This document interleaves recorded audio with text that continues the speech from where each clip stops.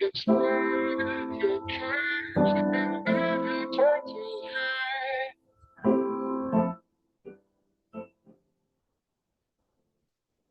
It's with your cage and every talk to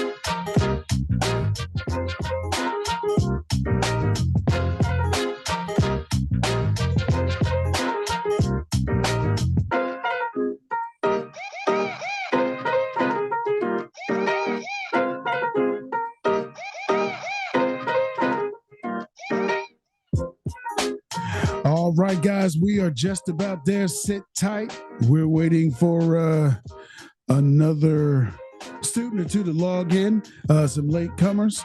Sit tight. We're going to get going in just a few.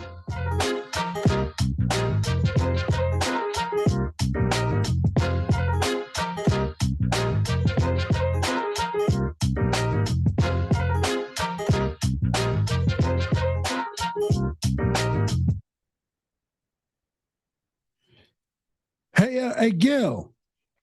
Mr. Gilbert, jump in here for a hot second.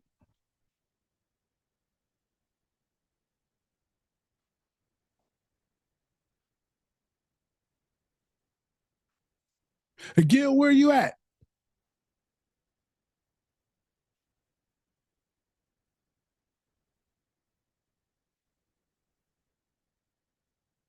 Gilbert, I just lost you. Where are you at? Come on, man. We got to get going.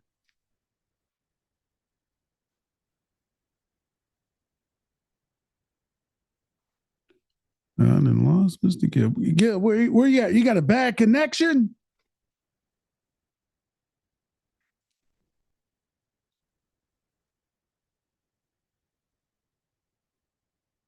All right, Gil, hit that unmute. What's up, Harry? Yo, you still on that Boost Mobile connection? No. I just tapped the wrong button and I came out. I'm on a MacBook, get big fella. All right. Where you at? I can't even see you. Oh, we about to get in here. I got to check on you first. You got something to take notes with? This Joe right here. Okay. Yeah, I'm ready, man. Don't count me Oh, out, man. you got the handout printed out? Yeah, count me in, man. All right, I think Gil's ready to go. Yeah, I'm proud of you. All right, you ready? Yeah. All right, let's get moving. All right. Yo, man. Ain't he start yet? No, he just runs around.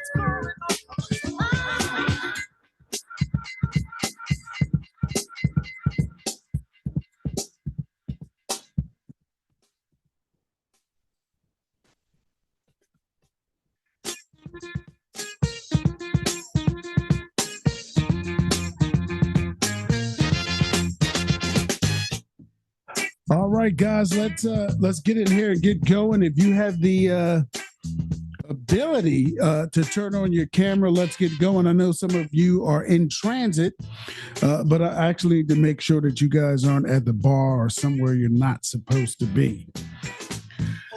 Welcome back to class. Good evening, Mr. O'Brien. He's in here. Mr. Dabney, Kenny, Miss Shapiro is in transit. Aiden, where are you at? Mr. Holden, Shakir, Ryan, Steven. Let's get in here and get going.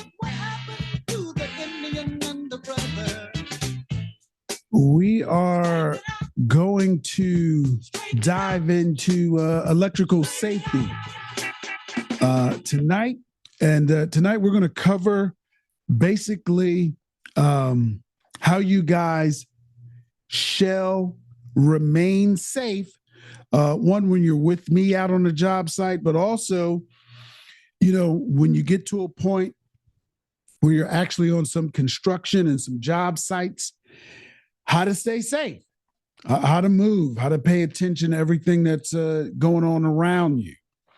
Some of the things that we're going to talk about tonight are actually some of the things that I write about in my articles in EC&M magazine, how to stay safe and how to survive on a job site. Typically, electricians get hurt because they get complacent. Sometimes we get lazy. We get accustomed to doing the same thing over and over again, and sometimes we take things for granted.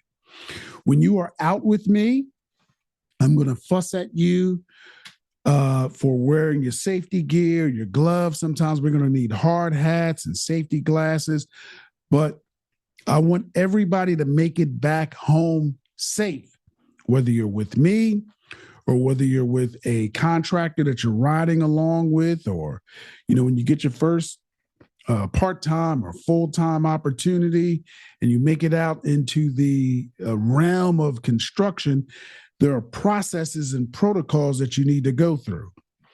Tonight, we're going to watch some videos, and my job, I got to basically scare the hell out of you. All right. Hey, Mr. Dabney, where you at? I can't see you. I want to make sure that you are paying attention. I'm 2 minutes from my last work drop off for the hospital, but yeah, I'm listening. I'm here, and I skimmed through the packet earlier. I definitely seen the little burnt hand and all that, so I definitely see what you're trying to do this week. That ain't no first degree burn you seen. I literally was just skipping through it. I'm like, what the heck? So yeah, I'm here. I'm tuned in. I got mine. Look, mine right here. I'm hit. All right, be safe while you're out there. All right. Mr. Bell, Chris, Steven, Mr. Parker, where are you guys at? This is important. We're talking about life safety. I need to make sure that you are tuned in. I don't want you guys coming out with me while we're on a project. You're goofing off, doing some other stuff.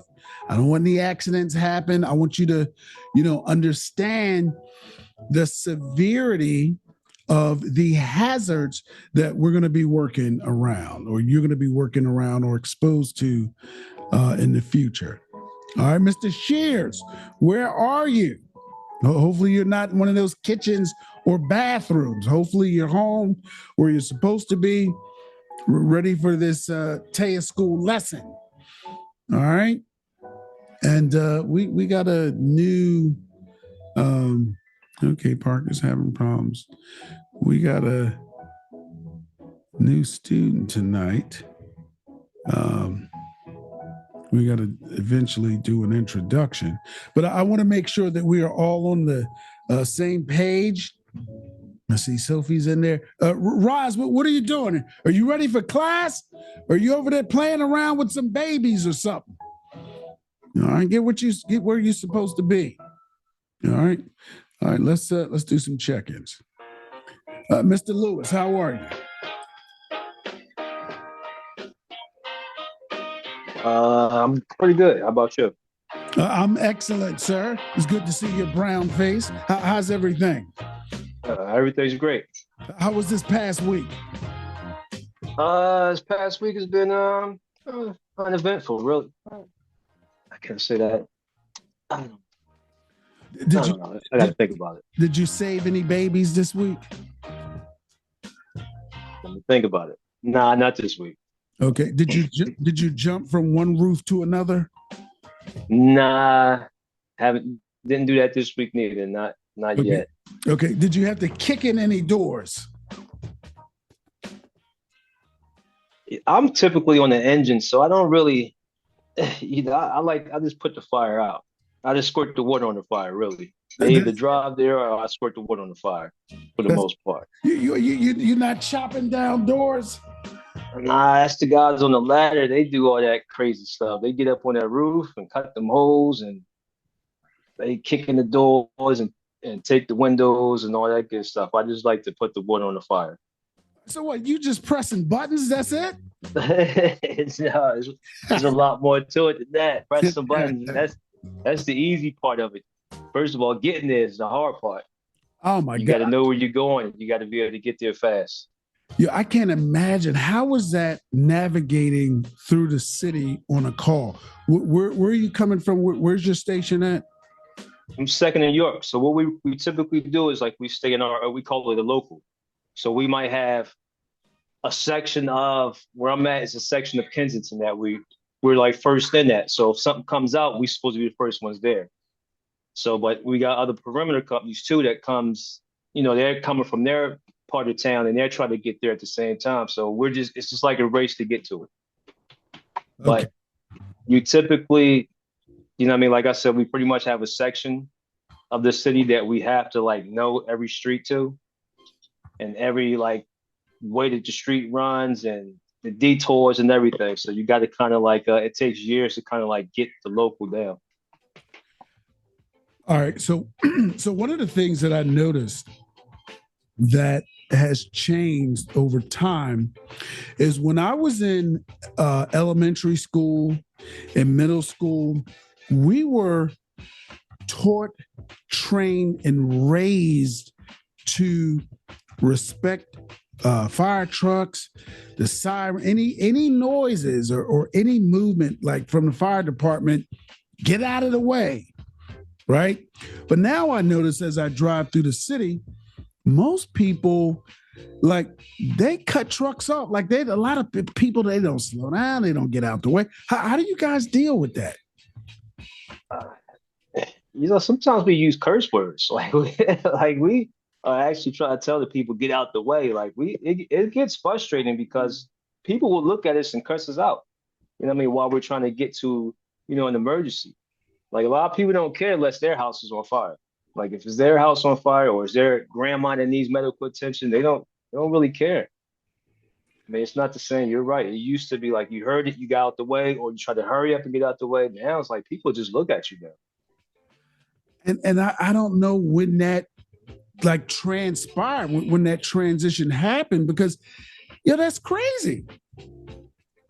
It's crazy to me too. But you see it every day. Like you remember how when we were young, when we used to walk across the street, if a car stopped so we can walk across the street, we would hurry up and go across the street so the car can go. Now these people take their time when they cross the street. Like you know what I mean? Like you got the right of way.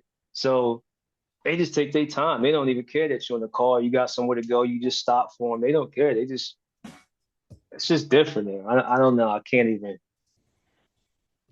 cope with it. I'm trying to cope with it as best I can. It's just different out there now. Well, one, thank you for your service.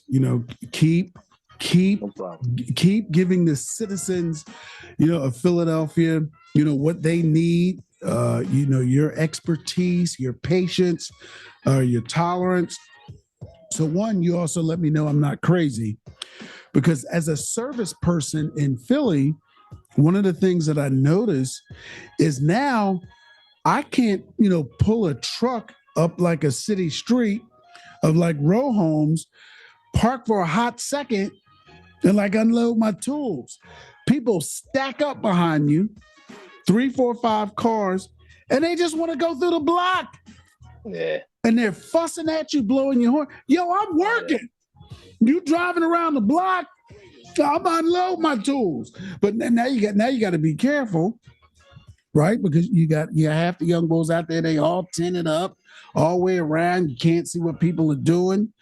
So now, like, that forces you to park 2-3 blocks away. Now you got to carry all your tools. So it's a different vibe in the city. All right. So thank you. All right. Keep saving them lives. All right. Yes, sir. All right. Hey, Jake, what's happening? How's life in the suburbs? All right, where you ain't got to worry about all that crazy traffic, where people are like polite to each other. I'm sorry, I'll be right out your way. Is that how it is, Jake? Not all the time. They get a little rowdy sometimes. They get a little rowdy. You know, you get in front. You get in front of them when they're on their way to Starbucks. They get a little mad. You know. Oh, okay. Get a little rowdy. Okay. Get out my way! I gotta get my mocha. Is that how Yeah. Jake? It's just like that. Okay, and how do you handle them? How do you deal with them? I don't know. Do you ignore them? I guess it depends. Or do you go back with them? I'm getting my mocha too.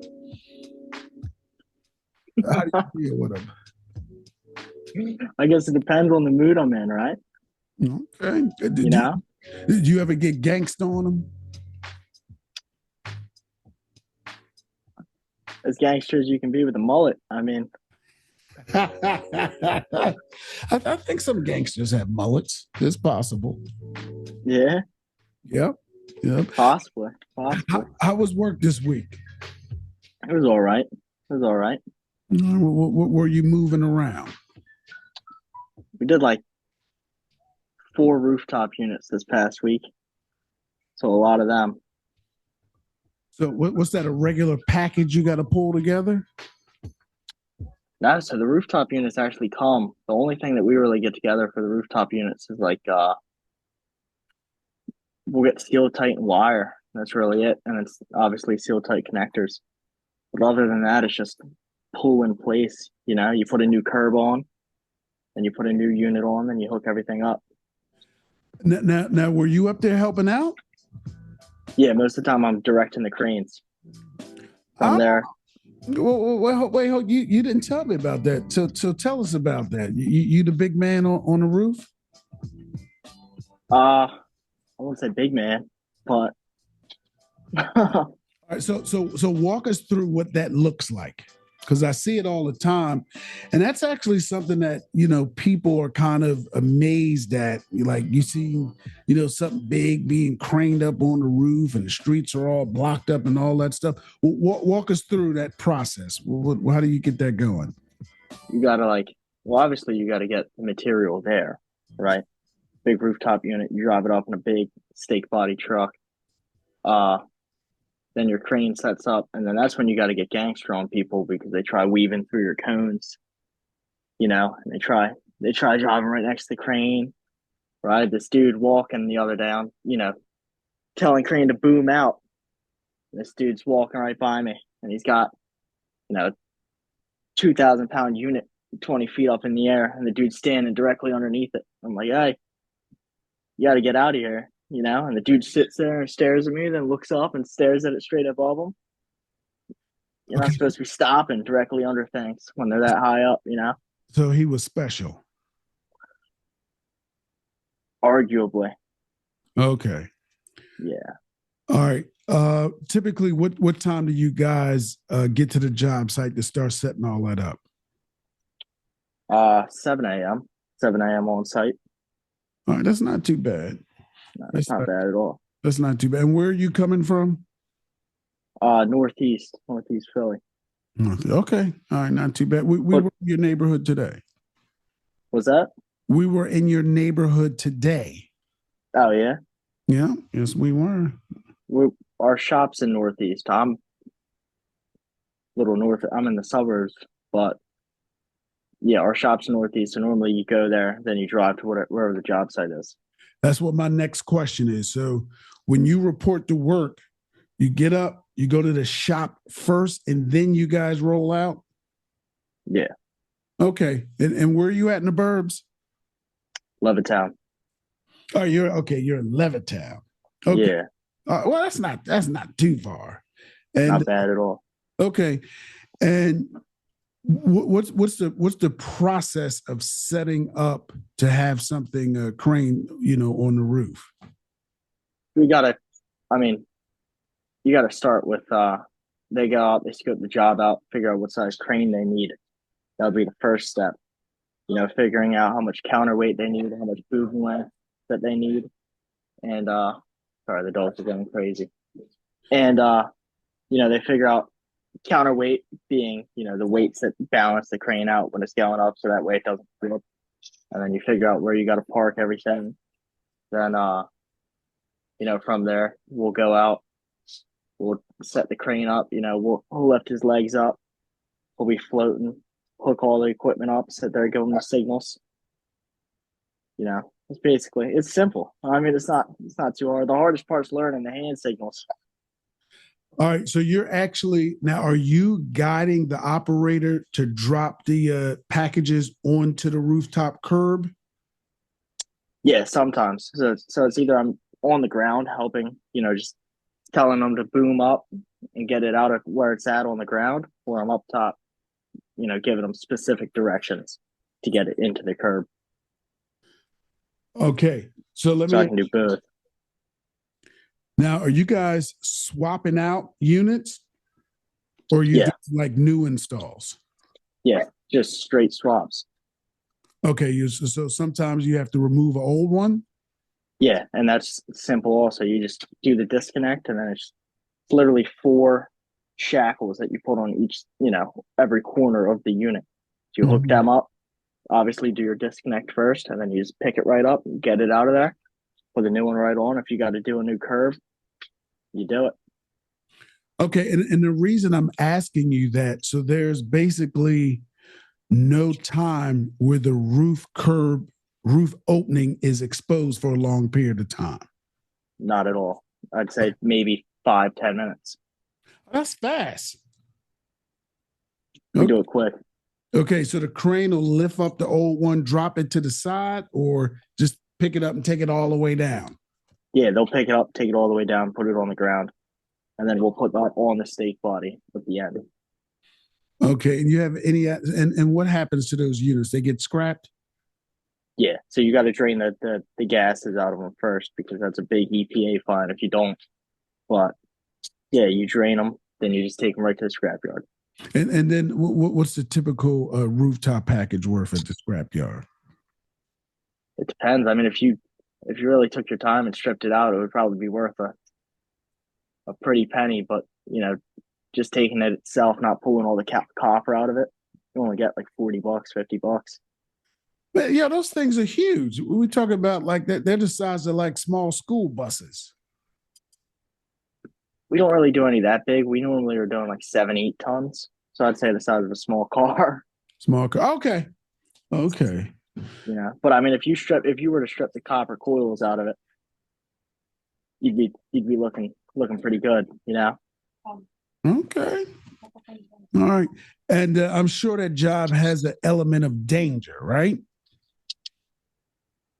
It's like, I mean, to an extent, you don't want to be caught in between a 1,500-pound unit and the wall of a truck on a windy day. You kind of got to know what you're doing. Be aware of your surroundings, and at that, you got to trust that you're doing everything right, because if it goes up in the air, things aren't right, and it's coming right down. Have you witnessed any accidents on any of the jobs? No. Okay. No. Everybody's very professional, and I feel like everybody's learned their lessons before I got there. Okay, good. So, Good. And how do they counterweight the crane lift? How do they make sure that thing doesn't tip over? Yeah, so like on a big job, like if you got to boom a 8-ton unit out 80 foot onto a roof, you'd have to have like,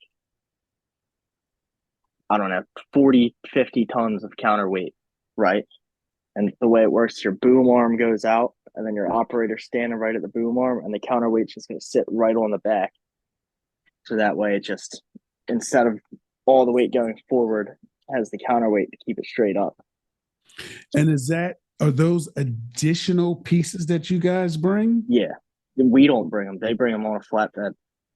Okay. The crane company. So we work with Thackeray. So they have everything figured out before, before you're even on the job. They have everything figured out the day before, 2 days before, the exact amount of weight they need, the size crane they need. So it's pretty cool. And are permits typically required to set the crane up? Yeah, but we get them easy. Company that size, they just get them, Okay. All right, that's interesting. Now I know who to call if I need somebody to like guide and direct the crane. Yeah. I got a guy for it. Oh yeah. All right. Well, that's good stuff. Pretty cool. All right. Well, tonight we're going to talk about struck by, fall down, like probably some of the stuff that you talked about when you went through OSHA training, because you had to go through some kind of training before they put you on the roof, right? Yeah. All right. And accidents typically happen because people are struck by things that they might not hear or see, and then they fall, or they get shocked, right? Or there's some kind of arc and they fall. So that's the kind of stuff that we're going to talk about tonight. All right. Got it. Thank you, sir. That's good stuff. Yep. All right. Hey, Mr. Parker, where are you? Mr. Parker, where are you? Hey, How are you, sir? I'm doing well. Good. What's going on? How come I can't see you tonight? So when I turn on my camera, I see like it's like a light, like I can't see anything in my camera. Like it's like white and yellow. So Did you I don't spill know if beer you on can your see it. computer? Is that what it is? Yeah, I don't know if you can see it, but that's what I see in my camera. Okay. Yeah, looks kind of snowy. Did you spill beer on your computer? Is that it? No, I got to start snitching. no, I didn't do that. Okay. All right. Well, sorry about that, bro. But make sure you pay attention and take good notes, because we're talking about safety. This is your life we're talking about. All right. Yes, sir. Keep your head in the game. All right. And hey, Mr. Dabney, where you at? What's going on? I'm about to get gas before I head back to Philly. Okay, I just want to make sure you're not in the bar. I don't drink, man. I'm here. Okay. All right. All right, Aiden, how are you, sir? Doing well. Okay. All right. How's everything? As good as they can be. How's everything in keyboard land? It's going well. It's going well. How was the weekend? Give us some details. Was back up in my hometown helping some neighbors and stuff get up Christmas lights and all that jazz. Where's that? Scranton? That's Yardley for me. Okay, that's right up 95. Yep, exactly. Okay, so you were the Christmas lights guy. Yeah, helping out some of the older folks around me. Okay, you be volunteering your time for seniors. Yeah, it's some neighbors that I've people I've done work for in the past and whatnot. We're asking my parents and stuff, so I figured I had the time. I can get up there. My parents were also away this weekend, so it worked out well. I helped check on the animals, whatever. Did some work while I was up there. So, What you guys got? Chickens? Nah, just some needy dogs. Okay. All right. What kind Chickens of would be cool though. They'd give me something some of the back. Dogs just they're a pain in the neck sometimes. Well, what kind of pooches? We have an old dachshund, so a really old wiener dog, and then a black lab cattle dog mix. So it's they're completely opposite. One's really lazy. The wiener dog doesn't do much, likes to chill. Another dog just likes to go 24/7. And he annoys the little one a lot. Okay, so they just be yapping at each other. Yeah, basically. A lot of yapping. Okay. All right, that's a good weekend. For sure. All right, well, I'm glad everything went good. All right. Take good notes for tonight. Will do. All right. First thing I want to do is I want to show you guys a video. We'll get an update about the screws we were turning today, and then we will do a intro for our new edition. All of the videos that we will be watching are on right on YouTube. All right. Let me share my screen here. And if you guys want to watch these videos again, basically, I keep them in a public folder right on YouTube. I got my playlist here. And the first thing I want to show you is what happens sometimes with what happens with industrial electricians. All right, there is no sound on this video, and this is basically like what happens when electricians deviate from protocols. This is probably a manufacturing facility. The room that you see these maintenance electricians working in, they probably make clothing or sausages or some kind of food or something. This is called an MCC room or a bucket room, motor control center. So if it's a manufacturing facility and they have dozens, if not hundreds of motors on conveyor belts and motors that chop things and squeeze things, and you have a lot of voltage running through a lot of the different conveyor belt systems, behind all of the scenes, all of that stuff leads to one main electrical room. And when you are like a maintenance director for like a commercial or an industrial facility, specifically manufacturing, you have to do something called preventive maintenance. So you have electricians that kind of go around the facility. They document things, test things to prevent failure. Well, when you get to large electrical loads, like, let's just say it's a big motor, like at the water department. Let's say it's some kind of pump that filters, I don't know, 5,000 gallons of water per minute. Something like that might take like 10,000 volts to operate or 15,000 volts. Once you get up into that realm of power, the circuit breakers that may control one piece of equipment, that's called switchgear. And those are like really big cabinets. And the circuit breakers that control that equipment are so big that it's not like just a little small handle. It's like, if you guys remember seeing Jurassic Park, like the first one, where he had to reset the park because they lost power and all of the dinosaurs were getting out. And like Samuel Jackson, he had to pump this big handle.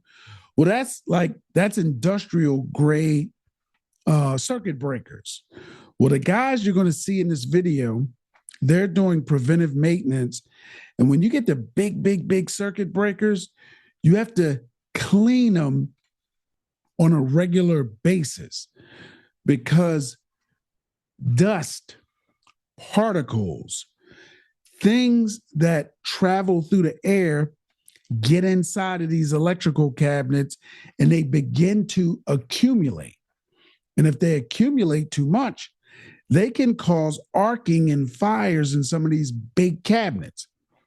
So the video that you're about to watch are maintenance electricians doing routine maintenance, and watch what happens. I want to get your feedback on this. All right.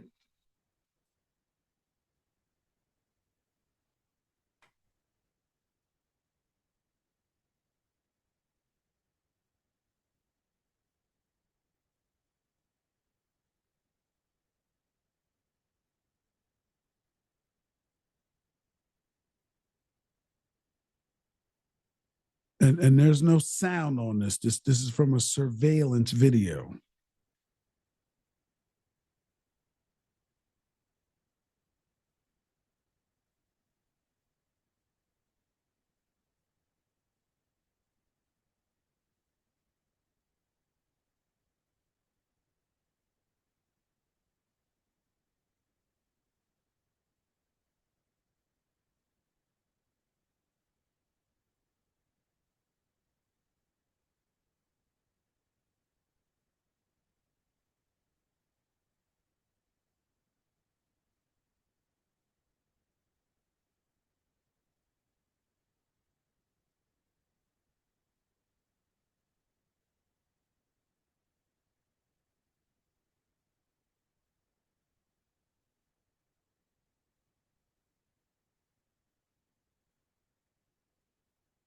This is a real video.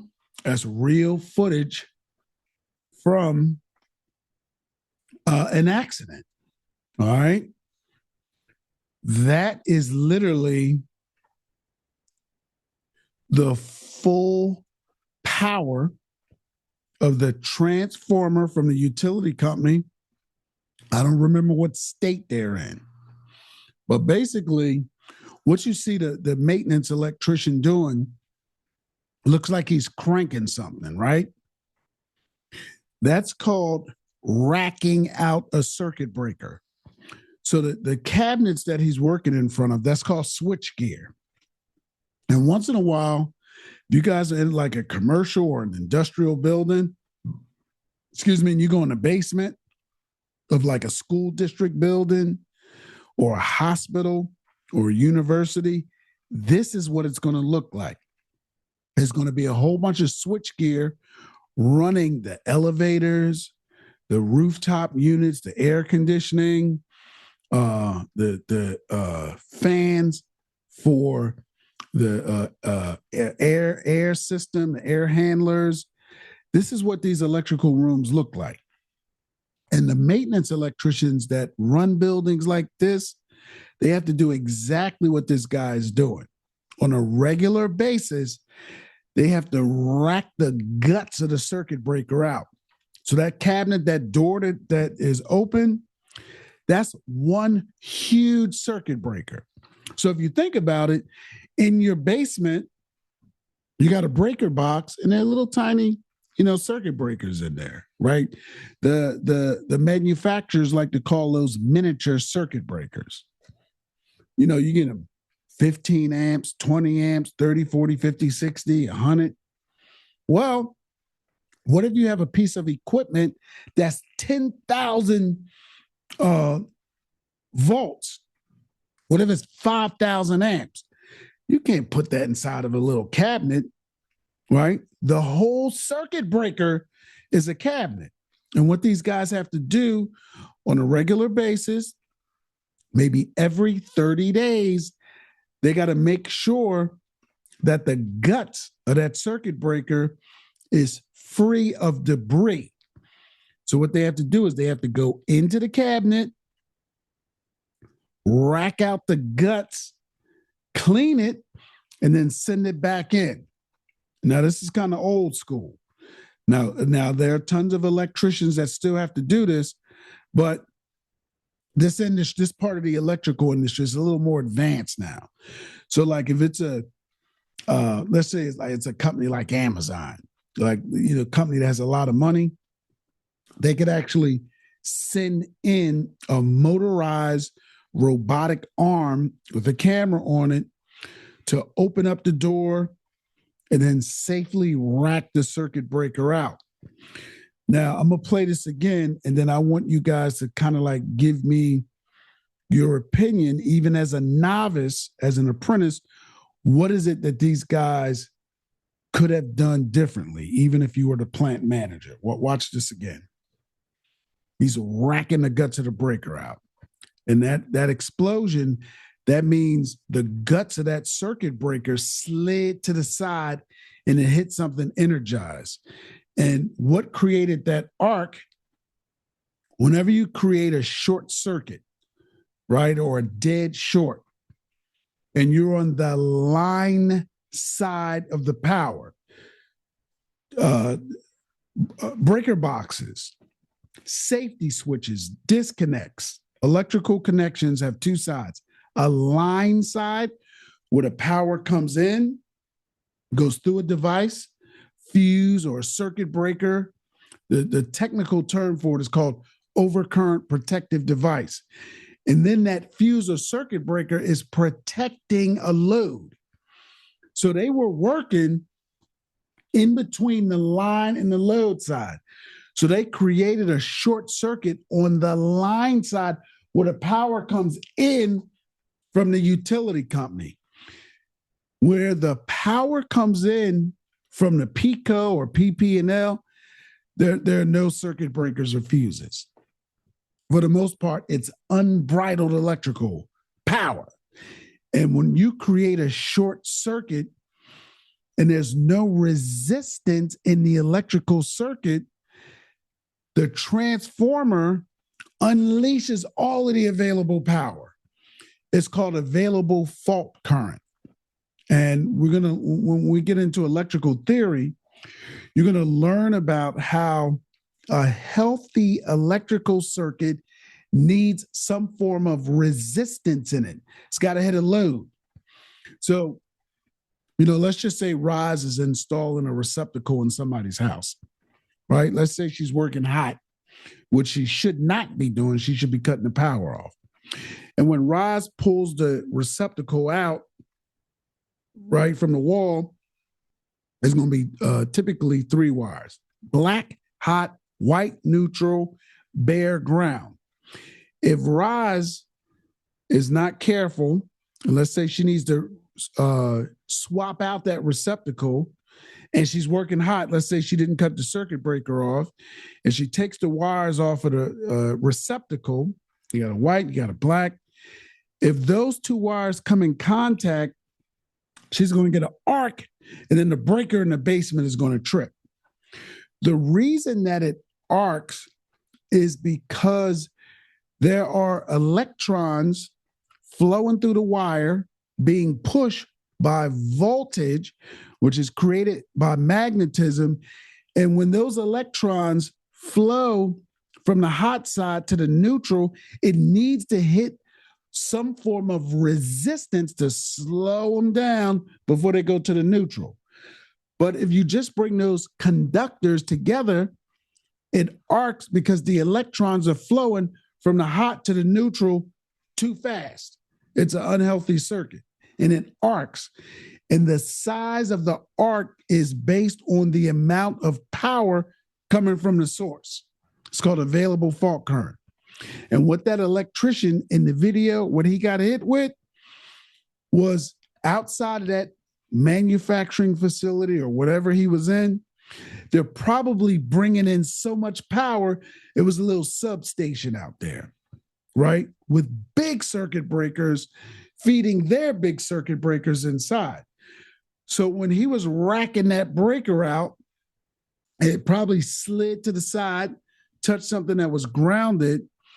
It shorted out, and that short basically was like a trigger for all of the power outside of the building to come rushing in at that point. That's called an arc flash, and that's what he got. And what we're going to read about tonight is how arc flashes happen, the temperature of arc flashes, and the effects on your body. All right. Now, let me ask you this, guys, before I show you the next video. I know you're not experts, but what is it that those electricians or even a plant manager could have done to avoid that accident? What do you think they could have done? Jump in here and throw it out. Because this is something that you guys might have to deal with down the road. Well, go ahead, jump in. Gil, if you got something, jump in. Cut the power off? They could have shut the building down. Right? But guess what? If that's a manufacturing facility, right? Maybe the plant manager, right? Maybe he's having a conversation with the upper management that run the place, and they're like, yo, we making, 500 boots, per minute. We can't shut that down. What are we going to do with these people on the line? Right? So there was probably pushback, and they, probably were told that they had to work it hard. But that is why plants do shutdowns. And when you do shutdowns, people lose money. You may have a shift or two of people that they might be idle for a little while, right? Or some of the electricians I know that are, in the electrical union on some of these big projects, they have scheduled shutdowns. So for instance, in my last semester 3 class, I had an electrician guy from a company called Ford Brothers, and they were working at the veterinarian hospital on Penn's campus, right there where Chester Avenue runs into Spruce, or University City Avenue, or whatever it is. And they had to change out some switchgear. They shut the building down. All right. So I know it's a whole bunch of, animals in there and squirrels and all that, but, what they could do, Ford Brothers could rent one of those huge generators, and it takes a lot of coordination. You're going to spend more money, but they could basically temporarily transfer the building load over to portable generators, then do what they need to do with that equipment, and then just transfer it over, right? But sometimes electricians get forced to work hot. And that's like one of the worst case scenarios of an industrial electrician working while the building's energized. And some of you guys, you may get your first full-time or part-time opportunity, working with a contractor or something like that. And, they may be moving fast. They might not be accustomed to cutting the power off. And what I want you to do is, if you are uncomfortable, you're not feeling it, say, hey, I don't think that's something I should be doing right now. Or maybe you might see some other hazards around, right? You know what, boss, I'm going to sit this one out. Or, what, boss, can we turn the power off? Now, in some cases, you can't. Like, if you're working with me long enough and we start hitting the skating rinks, most of the time I get called in during business hours while they're operating. And these skating rinks run these rinks 7 days a week from like 9:30, 10 o'clock in the morning, all the way to 2 a.m. And let me let you know, I'm not going to no business at 2:30, 3 o'clock in the morning, right? One, I'm not doing that because I want to be in bed. But two, they probably don't even have managers that want to stay that late. But in some situations, like if it's like a Walmart or CVS or something like that, sometimes there are third shift electricians that go in and, work during the evening overnight to get some stuff done. And they might not always have the luxury of turning it off. But if there's an option to turn it off, I turn it off. All right. And I'm gonna show you guys how some of these accidents happen. And what I want to do is to, give you a voice. All right. Sometimes you got to say, no, I'm not comfortable. All right. Then let me show you another one. And this is from a different perspective. Sometimes accidents happen because people do things they're not supposed to be doing. And this is going to blow you away. This is going to blow you away. This is a video that I got from one of my students, all right? Well, back when I was running an apprenticeship training center, this guy sent me a video from his phone. This guy sent me a video, and very, very, very interesting. There it is right here. Like I said, you can watch these whenever you want. All right, so let me set this up for you. All right, I will tell you guys a lot of stories about, where I worked. Worked in other schools. This video comes from one of my apprentices when I used to work for ABC, Associated Builders and Contractors. It was a 4-year apprenticeship program, non-union. They're called merit shops. This is in Harleysville, about 10 minutes from where I live. And I had a class of year 1 apprentices. It was a big class. And I had just started working there. I was a little nervous because I was, deep outside the city. And these apprentices came from everywhere, like a lot of rural parts of PA, New Jersey, Delaware, like towns I'd never heard of before. And that's this one class. I had about 35 apprentices in this class, and I actually had another instructor. We worked together because we were just starting. And this video came from the cell phone of one of the students that sat in the front row with his best buddy. Like they were like freaking frack. He said, Harry, let me sing you this funny video I got. And in this video, the guy that sent me the video is holding the phone. His buddy is way up on the top of the ceiling. And these guys are goofing off. Watch this. This is how people get hurt.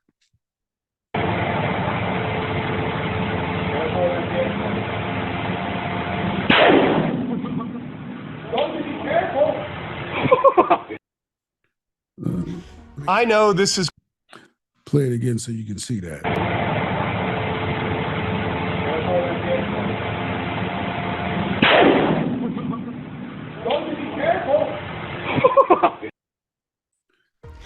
I know this is going to sound crazy. Let me unpack for you what that was.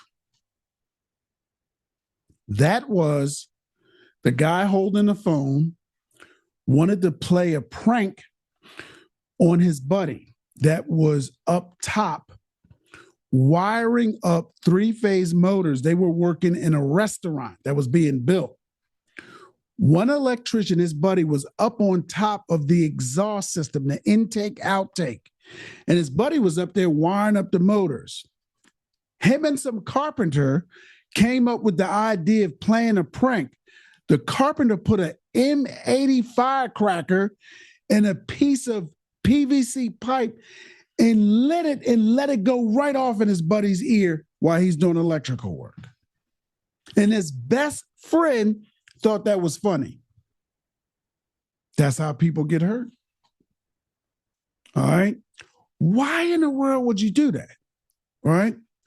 But I have countless stories of people doing dumb things while they're on the job site. When you are on a construction site, Do not wear earbuds, headphones. You need to be alert at all times. There are delivery trucks. You may be walking under scaffolding or by ladders. People drop things. That's why you got to wear hard hats. And, sometimes accidents happen. People don't mean to, but they drop things and they fall off of things. So you have to be responsible for your personal self when you're moving around on these construction sites. All right. And that's a real video. Like he thought it was funny. All right. I have not that particular company, but there was another class I had. These guys were I think these guys were like year 2 apprentices. And they were up on a roof. Jake was explaining how a piece of air conditioning equipment was being loaded onto a commercial building so it could be set up and energized to provide air conditioning. Well, these second-year apprentices were working on a roof around the unit just like that, and they were wiring it up. They were doing something on it. And one of the electricians wasn't paying attention, and his screwdriver fell down inside of the rooftop unit. Now, at the time, the unit was off, but they were standing around a unit working, talking. And sometimes this is what happens on big sites where you have dozens of construction workers. They're standing beside the unit, gossiping about something. And like I said, his screwdriver fell into the rooftop unit where the fan motor was. While they were standing there talking, somebody in the building started up the rooftop unit. The fan started spinning and it shot his screwdriver out of the fan and it poked him in his eye while they were standing up there on the roof. And he said, for some reason, by the grace of God, the screwdriver went into his eye socket and did not damage his eyeball. He had safety glasses on, so somehow the screwdriver got under his safety glasses and went in his eyeball socket, right between the physical eyeball in the socket, and he did not lose his eye. And when we were in class, he took his glasses off and he showed me this dark line on his eyeball socket where there was this dark mark right where the screwdriver went in. So accidents happen. That's why you gotta wear your gear, because you can't control what other people are doing around you. All right. And tonight, we're going to get into this handout. We're going to read, back and forth. But it's crazy out here. All right. So let's do a little reading. And Mr. Aiden, I'm gonna put you up for some reading. All right. Let me pull up my handout. Let's jump into that. And then we're going to talk about how people get hurt out here. It's terrible.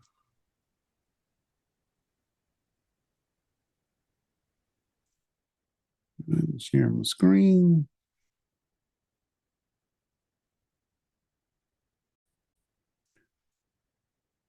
All right.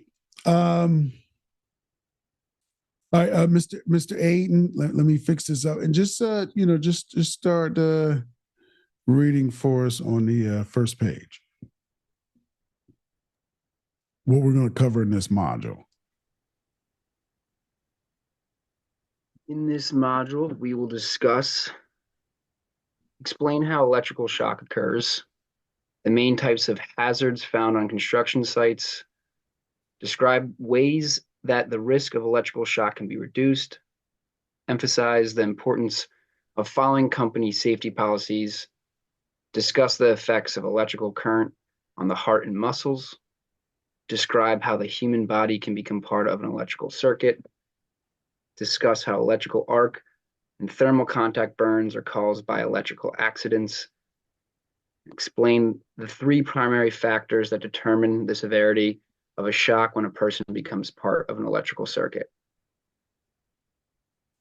All right, first thing I need you guys to do is to look at this image and just throw out all of the things that you see are wrong. How are these guys messing up here? What do you guys think? Just throw it out there. What you got? Well, it looks like they're working hot, right? It looks like the light's on. The light might be on, right? Turn that power off when you can, if you can. What else? He's standing on a bucket. Why is this knucklehead standing on a joint compound or a paint bucket trying to like spackle? Right? That's one of the dumbest things you can do. What else do you see? He's standing over the ladder. He has his foot on the paint tray. It says it right on the ladder, right? If you see a ladder like that with a fold-out paint tray, it says right on there, do not step. And it'll give you like weight, like this tray can only hold like 2 pounds. He's stepping on it, right? Asking to fall and bust his big ass head. What else? The helmets are on the floor. Their hard hats are on the floor, right? They're on a construction site. They have gear, but they're not wearing it, right? What else? There's a couple He's more. lifting them with his back instead of his leg. Say it again, a little slower. He's lifting with his back instead of his legs. Yes, you don't bend over to pick anything up like that. You drop your knees, right? Like you're getting your ego on. Drop your knees down, right? And lift with your knees. Stephen, what can happen constantly picking up heavy things in this fashion? What can happen? Oh, you can be like me. You can have a bad back. You'll be in a permanent brace, right? You'll be in a permanent brace. You'll be looking like the hunchback of Notre Dame, right? Yeah. Lift with your knees, not your back. All right. That's how you tear those vertebrae with numbers and all that. Your number 6 and 12, and use your knees. All right. That is most of what's wrong with this picture. But I got another thing that you guys probably aren't picking up. If you notice the guy standing on the ladder with the striped shirt, he is using a corded drill that is probably mostly made of metal. All right. And I'm going to show you guys like old tools to stay away from. Right? There's some tools they need to be put to rest and left alone. All right. Hey, Mr. O'Brien, jump in here for a second. Where you at? Well, how come I can't see you now? What's going on? I got a question for you.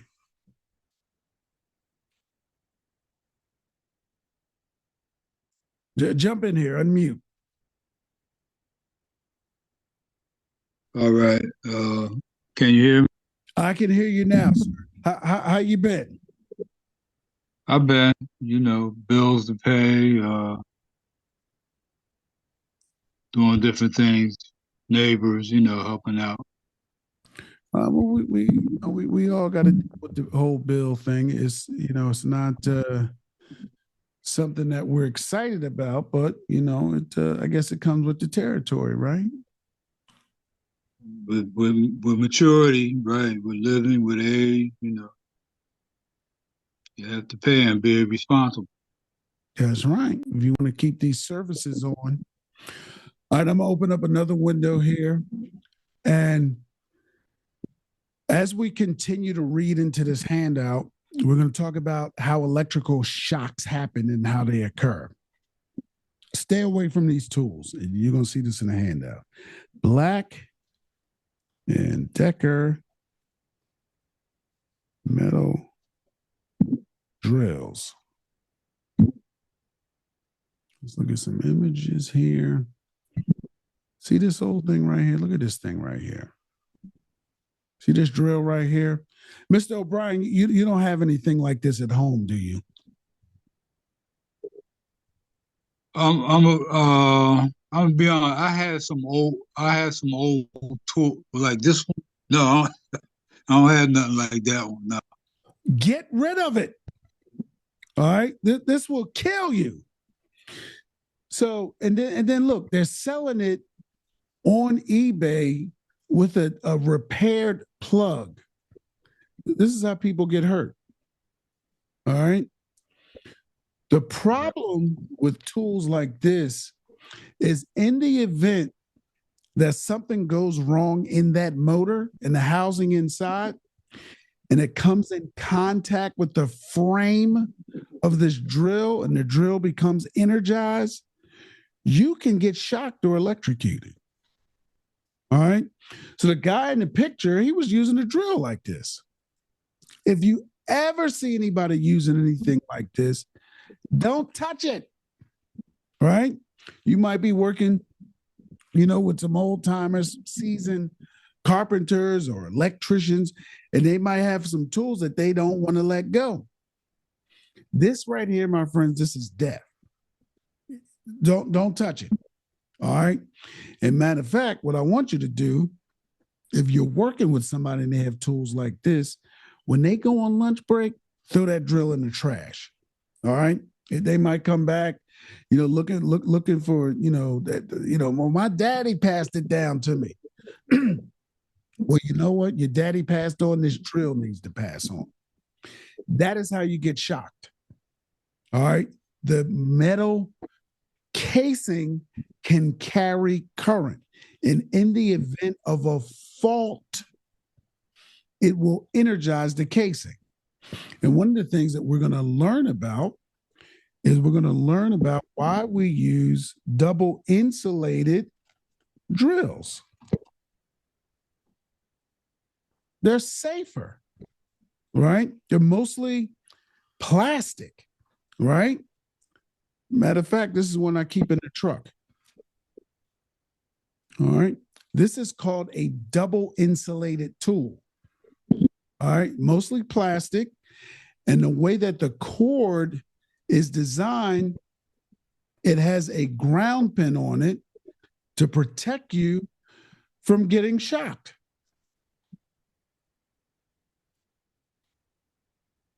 All right. This is all non-metallic. All right. Those are the tools that we use these days. This cord, see how the cord's coming out of that machine? See how it has that like extra sheathing on it? That's to protect it so it doesn't wear out. Right? It's to extend the life of that connection that keeps you safe. All right. And some tradespeople don't use double insulated tools. All right. Stay away from that stuff. All right. Let's get back into the handout. And these are all of the things that keep you safe. All right. All right. Aiden, jump back in here.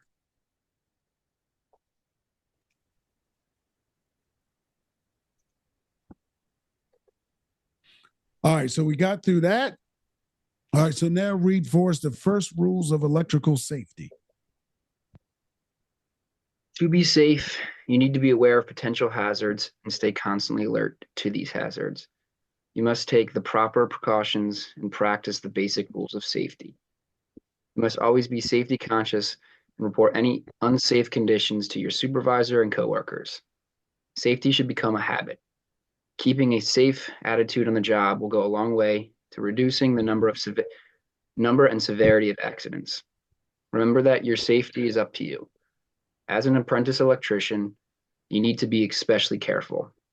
You should only work under the direction of experienced personnel who are familiar with the various job site hazards and the means of avoiding them.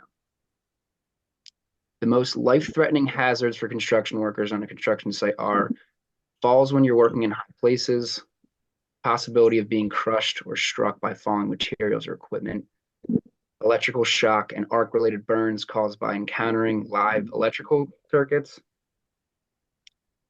and the possibility of being struck by forklifts, flying objects, moving equipment, delivery vehicles, and construction equipment.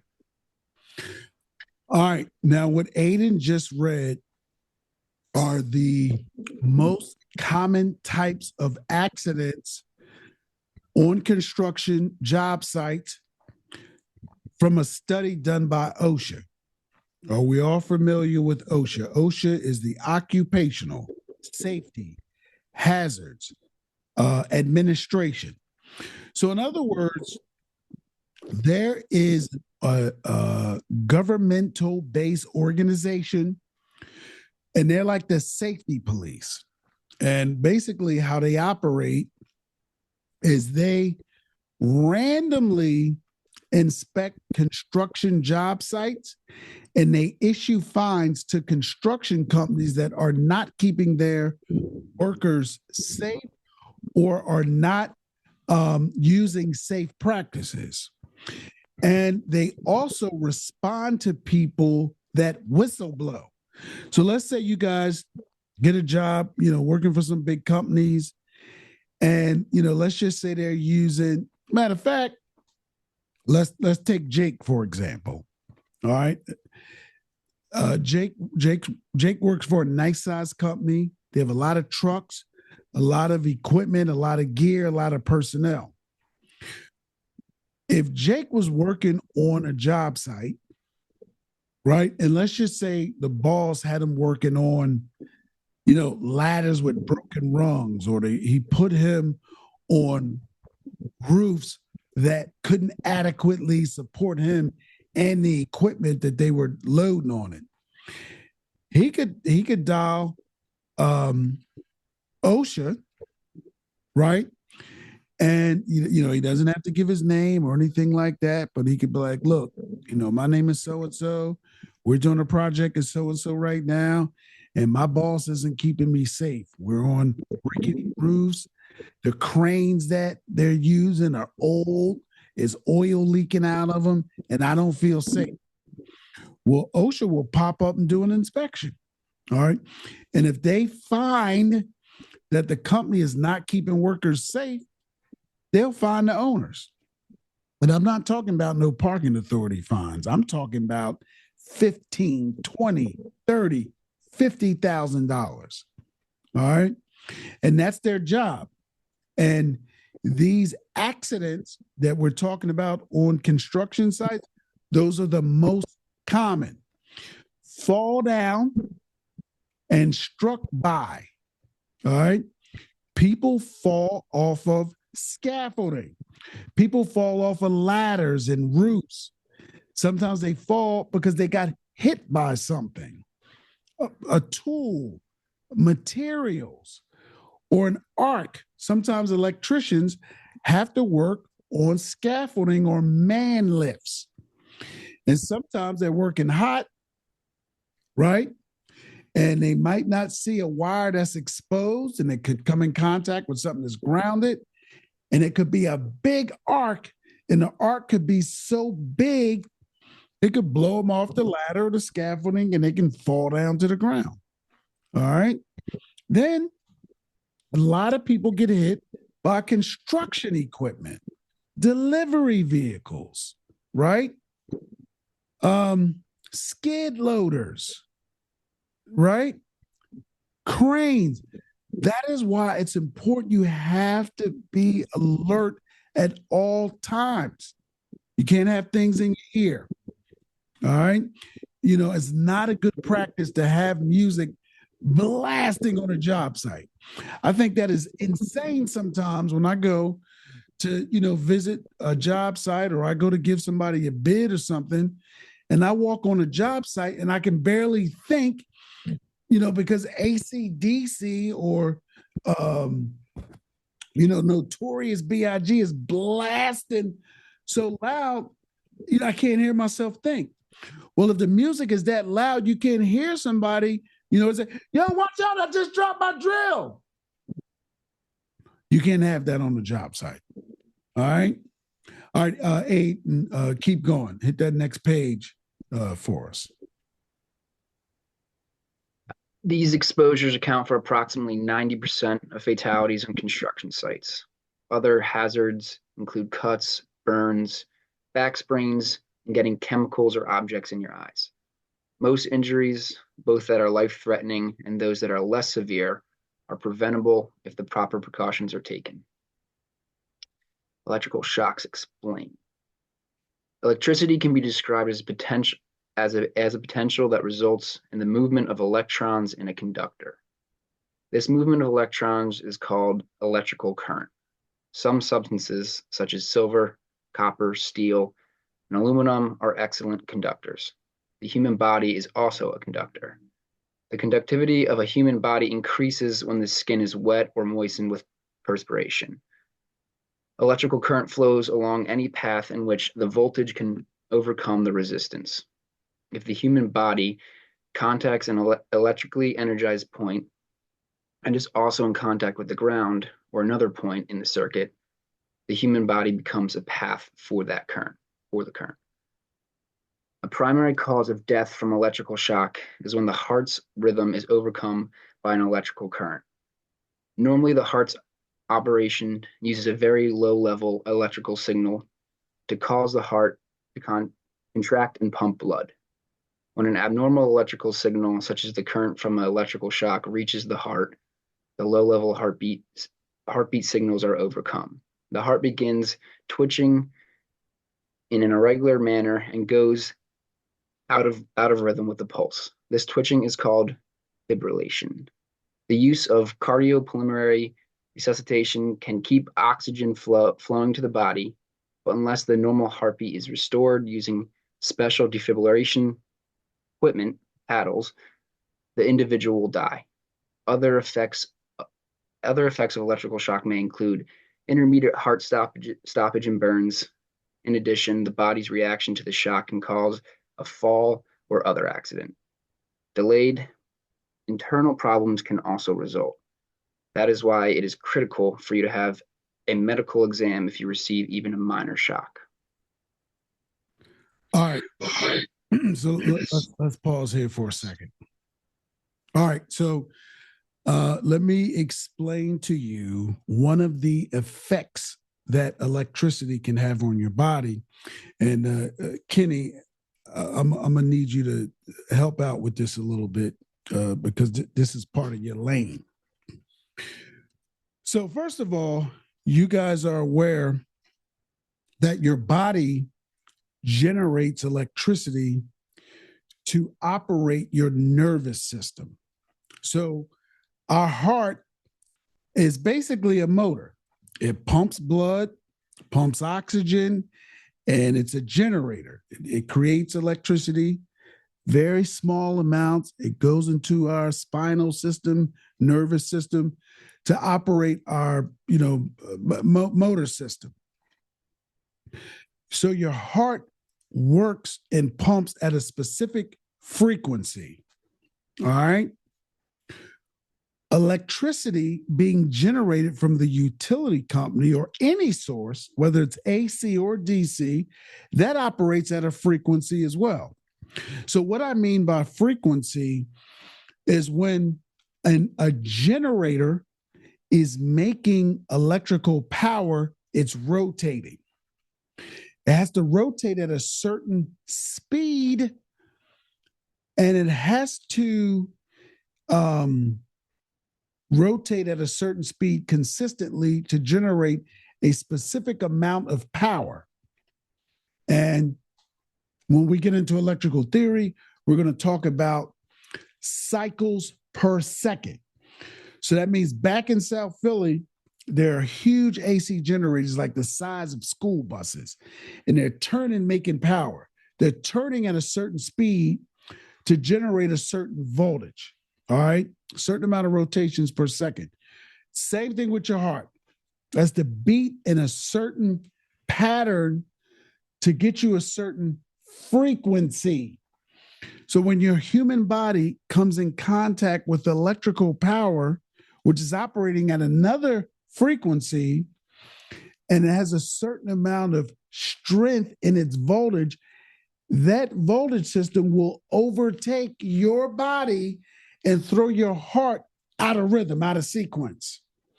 And I think we all kind of know what happens if your heart gets out of sequence or it stops. That's how people get brain dead, right? There's not oxygen pumping to your brain, right? And if its natural rhythm is overtaken and knocked off, that'll throw your whole nervous system into either paralysis or to throw it out of whack. And that's what happens when you come in contact with electrical voltage. All right. And in order to get things back in sync, right, they have to actually use electrical power to get it back on the right frequency. All right. So when you get shocked, your heart goes into defibrillation. All right. I'm sorry, it goes into fibrillation. All right. Ken, when you guys are out, saving lives and doing all that, how often do you guys have to like shock people or defib them? It's not too often because a lot of times when we actually pull up on scene, some of these people are already beyond that. But when we do, it's kind of like how you said that defibrillator, it gets it back in rhythm. Sometimes we'll be working a person, conducting CPR on them, performing CPR, and if it doesn't pick up that rhythm, like it won't even like recommend to, shock them.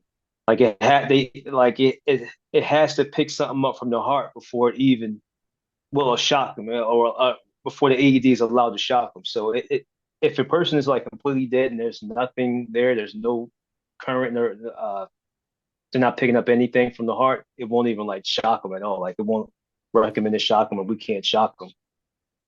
All right, so you're saying that the defib machine kind of helps you make the decision. It's not completely manual. Yeah. No, it's not up to us. Like we can check for a pulse, but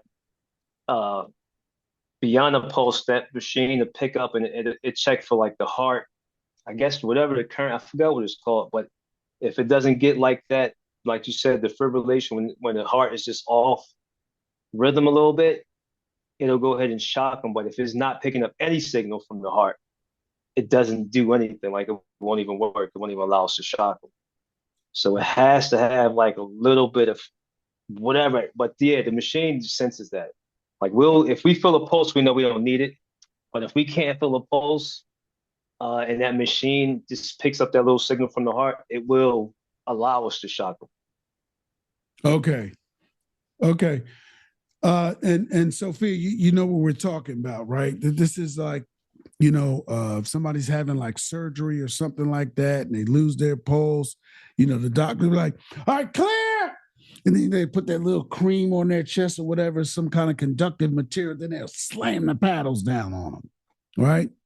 That is to get your heart back in rhythm. So just remember, coming in contact with live electrical parts, the voltage from that system, whether it's alternating current or direct current, once it reaches a certain level, it'll throw your system off. And you got a short period of time that can take place before, you can't get it back in rhythm, because by then it's caused damage. All right. So that is one of the effects of electrical voltage on your body. All right. And we're going to talk about some of the other effects as well. But Kenny, I didn't know those defib machines were that advanced, and I guess that's kind of to keep you guys safe too, right? All right, cool. All right, let's do this. Let's take a potty break. Hey, Suleiman, where you at? How come I can't see you?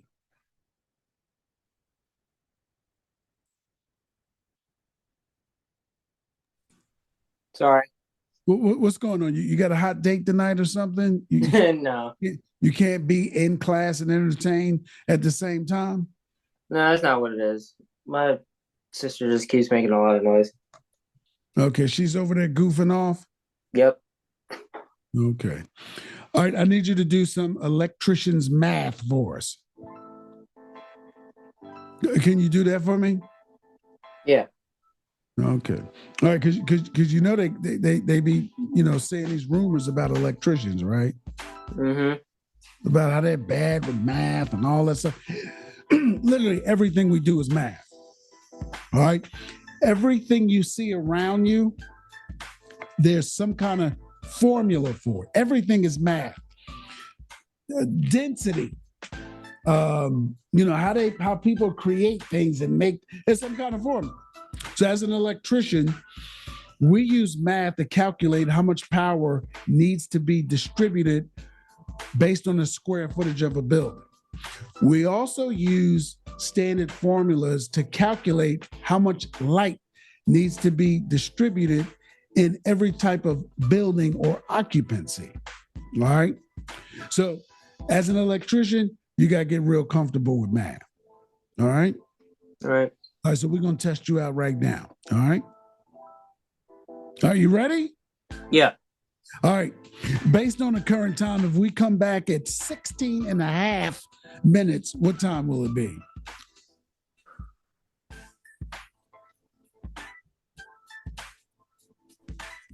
Come on, man. I'm getting old. 7:46. I said 16 and a half. 16 and a half.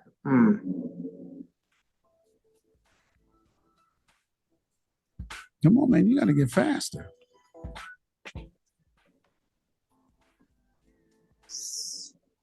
I'm getting old here. 7:48. Still posse looking. You still didn't give me my half. You said 48. So how we looking? Is it 48 or what? 7:50. 1 and a half. You got carry your head.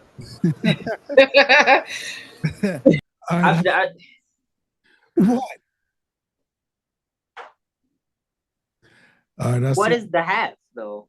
I'm confused on. 16 and a half minutes.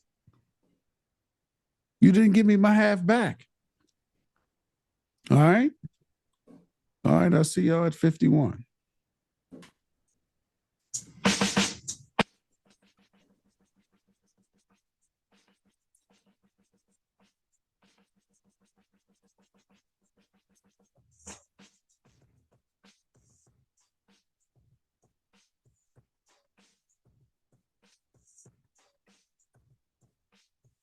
Ladies and gentlemen, we got MC Shan and Molly Mall in the house tonight. They just came from off tour. They want to tell you a little story about where they come from. You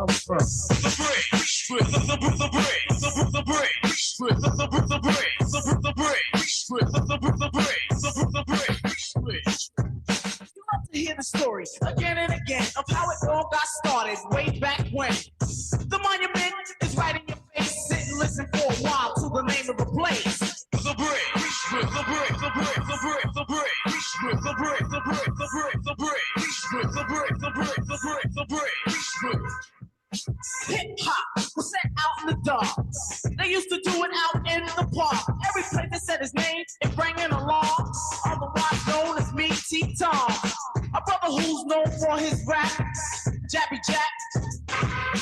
Larry Ladd, third least not last. A cool brother by the name of Gas. Fate brothers made you get loose. They was down with the brother called in the center. You had to pay so you could enter. Go to the door, get frisked just in order to get in. And if you wasn't from this town, then you couldn't fight and win. But every time they had a jam, they couldn't get no peace. So that's why the jams out there in the parks they had to cease, cause you was in the break, the break, the break, the break, the break, the break. Why don't you wise up, show all the people in the place that you are right? Make this here one jam that you do not start no fight. Cause that is one thing that we all must see done. And if you start some shit, your ass had better run. Cause you're in the break, the break, the break, the break, the break, the break.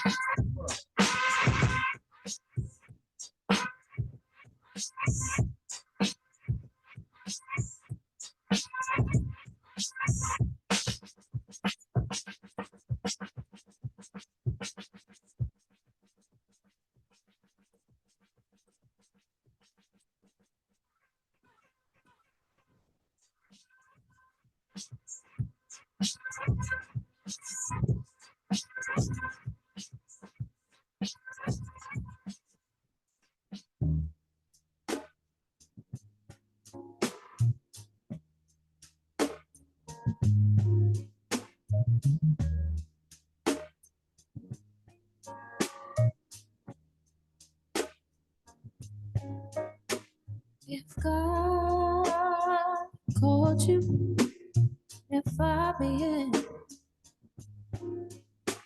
would you get on your knees or get up and leave? Answered your prayers, would you share his light or choose to hide? Or would you stand and rise?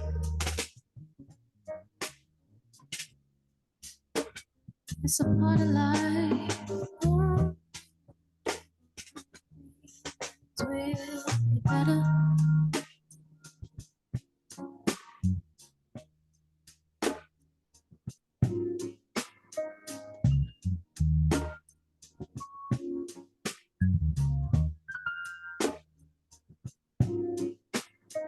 Things will get better. Things will get better. Things will get better. Things will get better. God never fail you. God never fail you. God see your heart. I know in the dark. Somebody like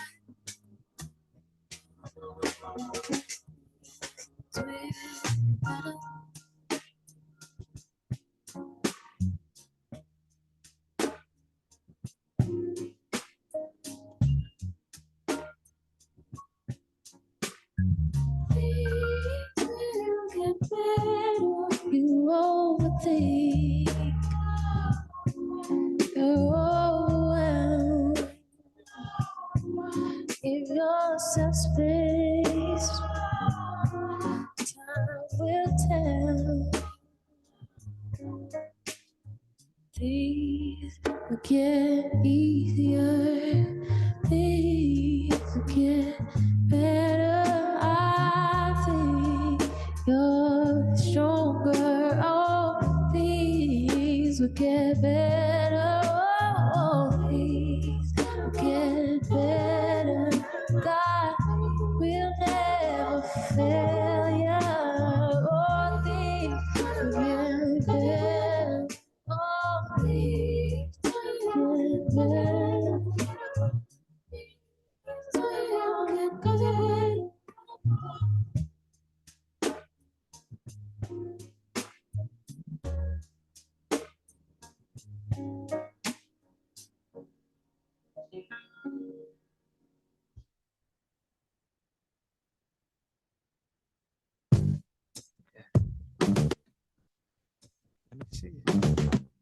Make every minute worth it, baby. It's for Usher, baby. I done been around the world, I done kissed a lot of girls, so I'm guessing that it's true.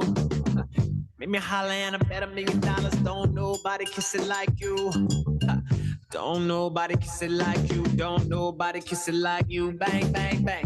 Don't nobody kiss it like you. Don't nobody kiss it like you.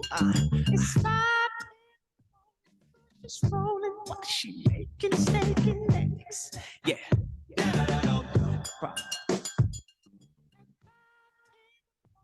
We can only be about to do one day. What? See. So the devil is a lie. Them other girls can't compete with mine. You do it so good, you fuck my mind. You pull it out, then you open wide. You make me want to tap out every time. That pretty lips leave me so inspired. I think that she a winner. She could be a keeper, cause she's such a good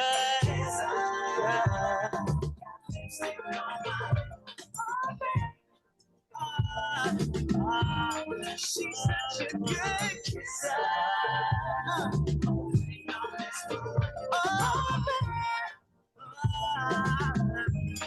Listen, let me tell you something. I done been around the world, I done kissed a lot of girls, so I'm guessing that it's true. Yeah.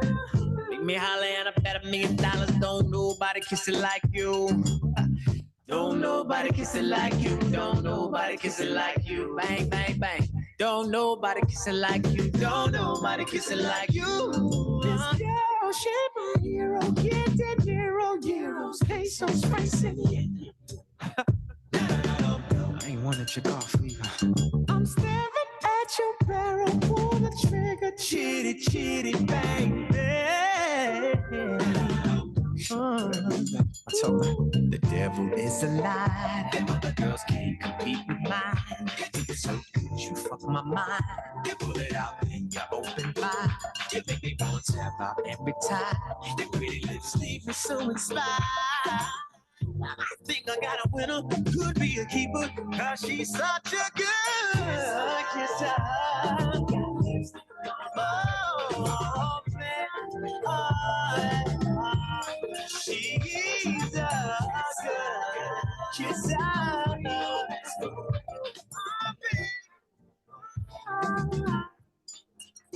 Listen, the only thing I know, you give it to me, baby, with good love. Don't ever hold it back, come on, give up. Now give it up to me. I can't keep my control. Every time that I see you hit that love, you keep on giving it to me. I will walk, now come on, wait. Now give it up to me. Hey, yeah. Right. Keep it up, we be kissing all night. Kiss it right. Kiss it up, we be kissing all night. Kiss it good, kiss it right. Keep it up, we be kissing all night. Kiss it good, kiss it right. Keep it up, we be kissing all night.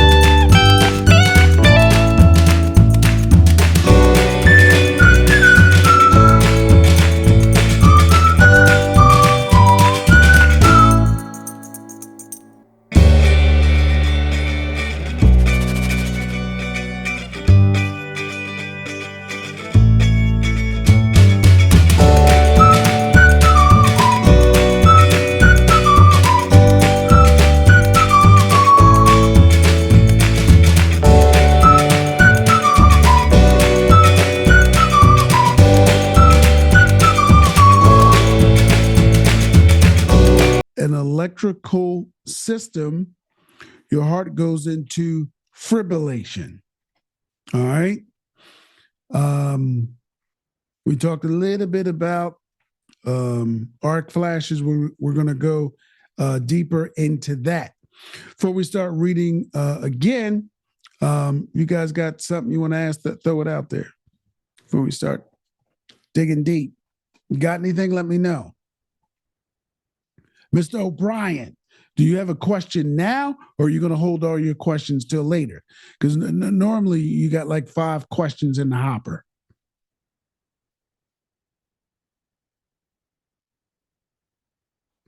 Oh, you got to unmute, sir. I can't hear you. Right. I wanted to know what's the name of that paddle? You said it was paddles that put on that stimulates the heart. So if you are in some kind of a public place, like a school or something like that, sometimes you might see a defib machine on the wall. It's also what EMTs use. It's the paddles. Like if you're watching some kind of, medical show or something like that, somebody's, getting open heart surgery or something like that, or they come into the ER and they're all, half alive, but then they're about the flat line. They put the paddles on. And basically, that is a defibrillation machine. And technically what they're doing is they are shocking you with 600 volts DC to put your heart back in rhythm. All right. So when electrical systems like the power from your outlet in your room, that regular wall outlet, that's 120 volts. That's more than enough to kill you. Right. But, let's just say for some reason you grab both sides of the outlet, your muscular system is overtaken by the voltage and you can't, let it go. It's going to throw your heart out of rhythm. All right. And then it's going to set off a chain reaction of events internally. All right. Yes. All right. And that's not a machine you want to play with. You can get hurt. All right. All right. Hey, Aiden, thank you for doing your work. I'm going to get Sophie in here now to do some reading. And Sophie, I want you to pick it right back up where we left off. And now what we are going to read is we are literally going to read the specific amounts of current that your body can be exposed to and the effect of it. All right. All right. So take it away on this next page here. Can you hear me? Yep, I can hear you. All right. Table 1 shows the effects of current passing through the human body. 1 MA is 1 milliamp or 1/1000th of an ampere. In the United States, there are approximately 1,000 deaths per year as a result of electrical injuries. Of these, approximately 400 are due to high voltage electrical injuries and lighting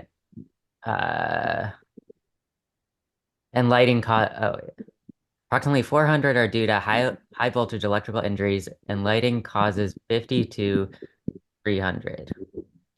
There are also at least 30,000 shock incidents per year that are non-fatal. Each year, approximately 5% of all burn unit emissions in the United States occur because of electrical injuries. Approximately 20% of all electrical injuries occur in children. The incidence is highest in toddlers and adolescents. In adults, these injuries occur mostly in occupational settings and are the 4th leading cause of workplace-related traumatic death, whereas in children, electrical injuries occur most often at home. Electric shocks or burns are a major cause of accidents in the construction industry. According to the National Institute for Occupational Safety and Health, workers in the construction industry are 4 times more likely to be electrocuted at work than all other industries combined. All right, so take a look at this chart right here, and we can begin to actually see some values of electrical power and its effect to your body. So it says current value 1 milliamp.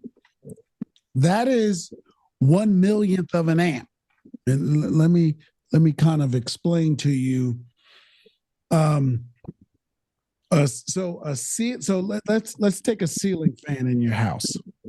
All right, a ceiling fan in your house without a light kit is probably less than an amp, 1 ampere of power. Or let's say you have some recessed lights in your house, but you have the new LED type. You can probably have about 8 of those lights on a circuit. It's less than 1 amp. We're talking 1/1,000,000th of an amp. So take an amp, 1 amp, break it down into 1,000,000 parts. So if you come in contact with 1 milliamp, it says the typical effects says perception level, slight tingling sensation. All right. So we're talking, maybe a very small amount of static electricity caused from carpet. Right. That's a slight ting. 5 milliamps. All right. Says slight shock, involuntary reactions can result in serious injuries such as falls from elevations. Then it says 6 to 30 milliamps. Now we're getting around the power of your cell phone battery. You know how you guys are charging your cell phones? You plug the little thing in the wall. Technically, that's a transformer. We'll talk about that. Then you plug in your phone. Inside of your phone, there's a battery. Now we're getting around to the quantities of something like an iPhone. All right. It says painful shock, loss of muscular control. And we're not talking about a whole bunch of power. All right. Now let's look at 50 to 150 milliamps. Extreme pain, respiratory arrest, severe muscular contractions, death possible. All right. Then we got 1,000 milliamps to 4,300 millionths of an amp. Ventricular fibrillation, severe muscular contractions, nerve damage typically results in death. Here's what happens when electricians come in contact with high voltage. This is one of the reasons why when we were talking about the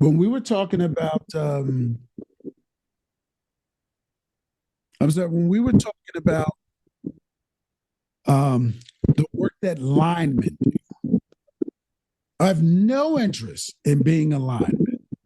I don't want to be around them when they're working because the voltage levels that they work at and on, there is no margin for error. That means death. These guys are working on, 10,000 volts or 13,200 volts. Or these guys might be, working on some transmission lines, 50,000 volts.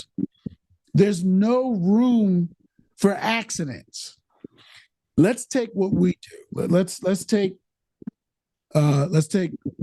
Roz, for example. Roz does a lot of residential electrical work. Roz, jump in here for a second. Let me be newsy and get in your business. And I don't think I asked you these questions yet. All right. I'm here. Okay. Roz, have you tied in any electrical services yet? No. Okay. Have you strapped down any service entrance cables? But wait, you've mounted meter sockets, right? Have you mounted meter sockets? Yeah, mounted meter sockets. I never just bugged the service line. I can put it together. I just never physically bugged it together. Okay, so here's what we're talking about, party people. In a electrical service, let me jump on Google right here and show you guys some stuff so you understand what we're talking about.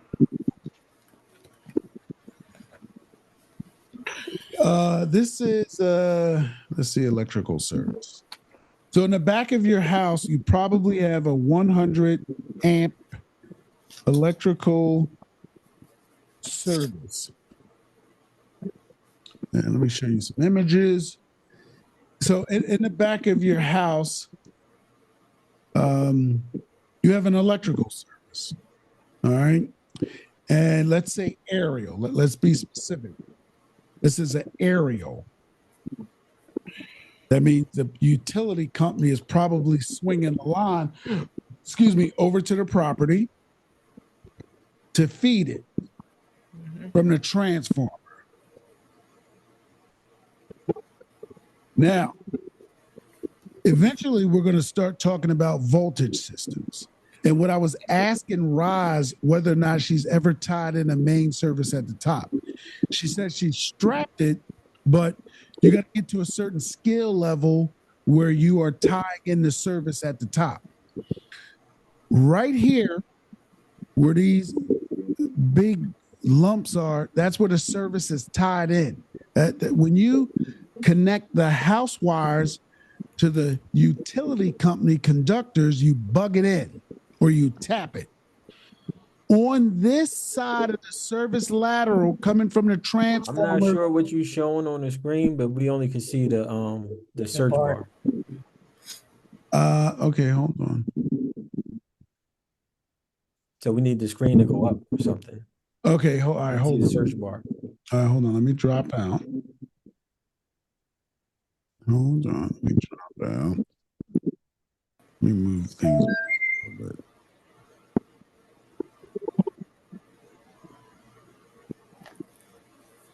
All right, let me share my screen again.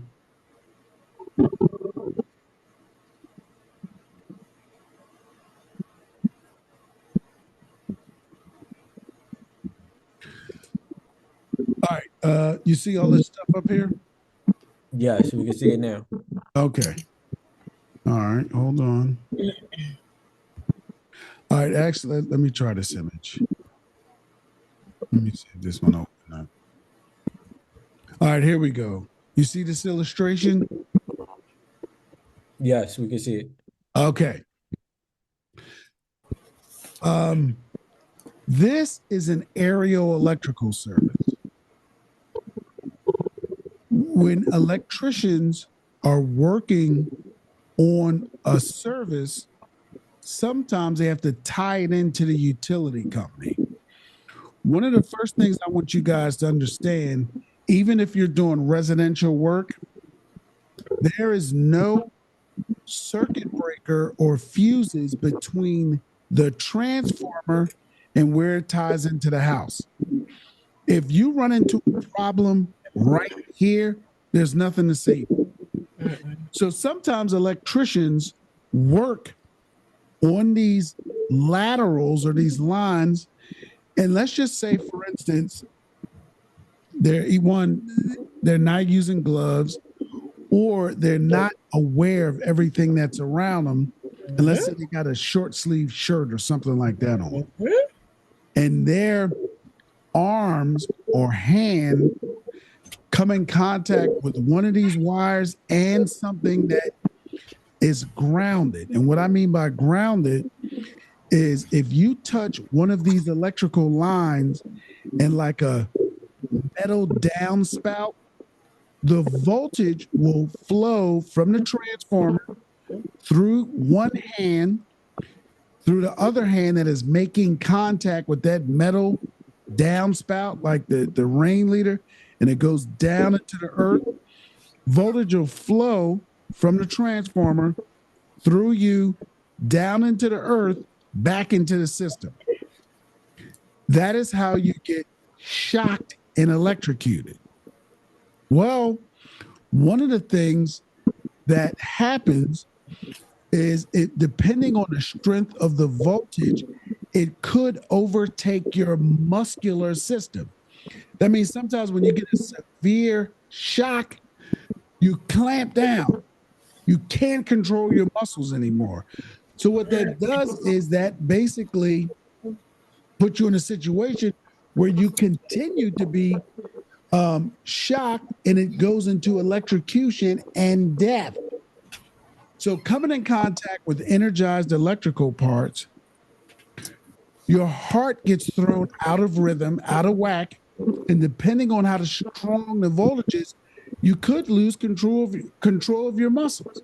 So you might not be able to let go. All right.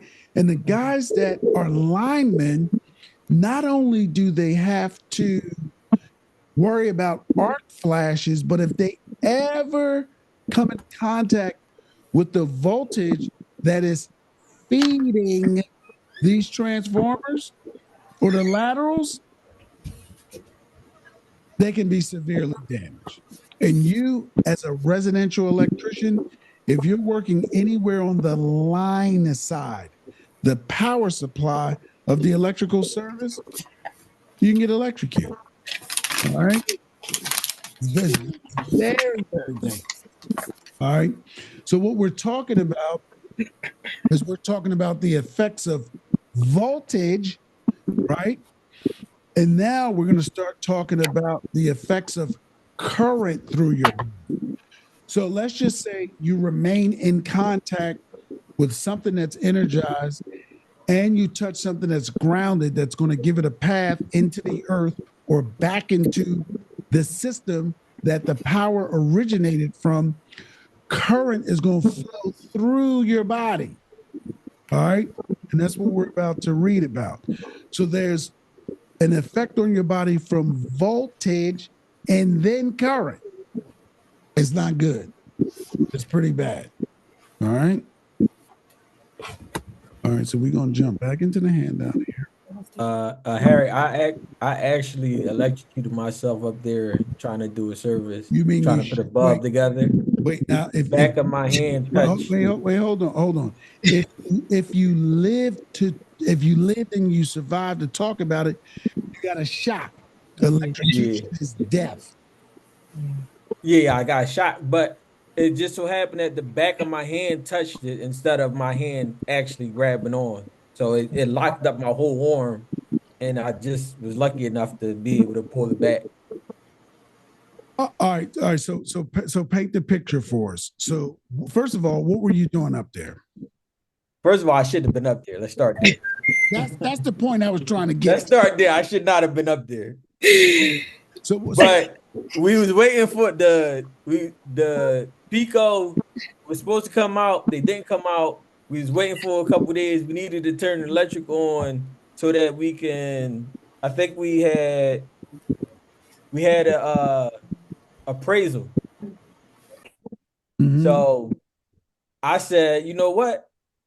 I've seen it done before. I can connect the main service line to the thing because I didn't seen bulbs put together. Mm-hmm. So with my left hand, I'm holding the wire, and with my right hand, I'm connecting the bulb to the wire. Hands?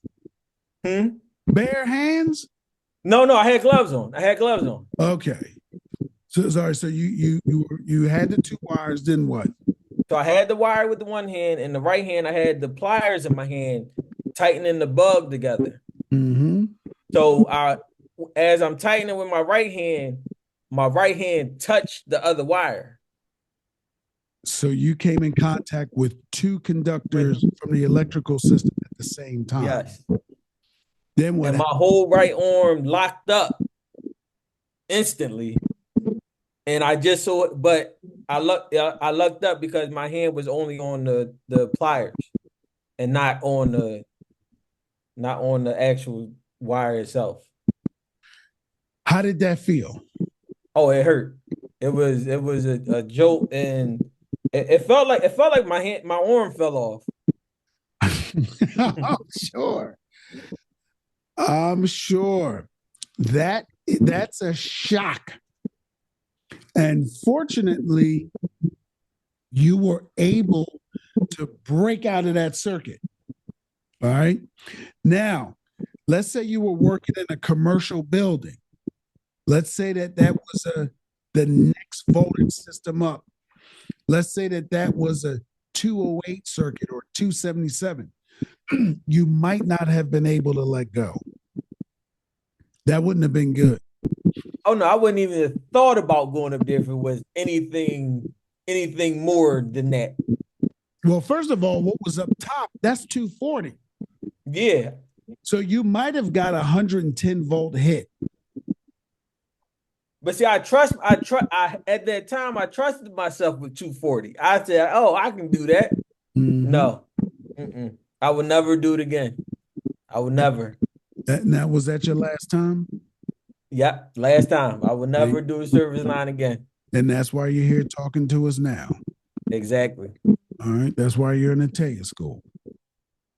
All right. Now, we'll tell you this, Stephen. If you stick with me, right?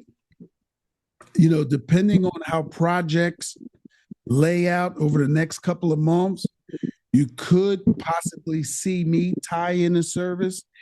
And I have had a lot of students that I've taught the tie-in services. You just have to follow my specific instructions. And as a matter of fact, I have a very extreme example for you. All right, let me show you this. I'm going to go back on Google. Let me go back on Google and I'm going to show you something. Folks, do not ever try this at home. But let me show you one of the resources on the website. And I'm glad we're talking about this because I don't want you guys doing anything crazy. All right, so if you go onto the school's website,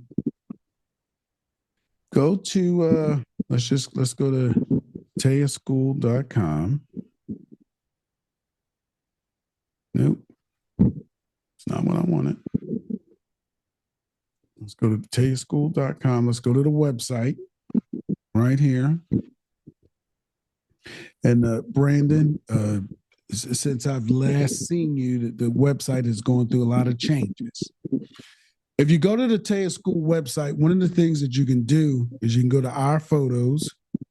And what I've been doing is I've been uploading hundreds of videos from years and years and years worth of taia-school projects. And Brandon, you're probably in here somewhere. All right. But one of the pictures, one of the very first pictures that you see is Christian. And this is what he's doing exactly what we're talking about. He's technically what he's doing is he's tying in a 400 amp single phase service, which in order for me to do that, I'm sorry, this was a 300 amp service. I ran feeders in parallel. All right. And what he's doing is he's connecting the building and the meter socket to Pico. All right. Now this is going to blow you away. This is Tristan. This was a little over a year ago. 19, he had just graduated high school. He was working in his parents' pizza shop. And this kid is like the salt of the earth. Very nice, very polished, very professional, very diplomatic.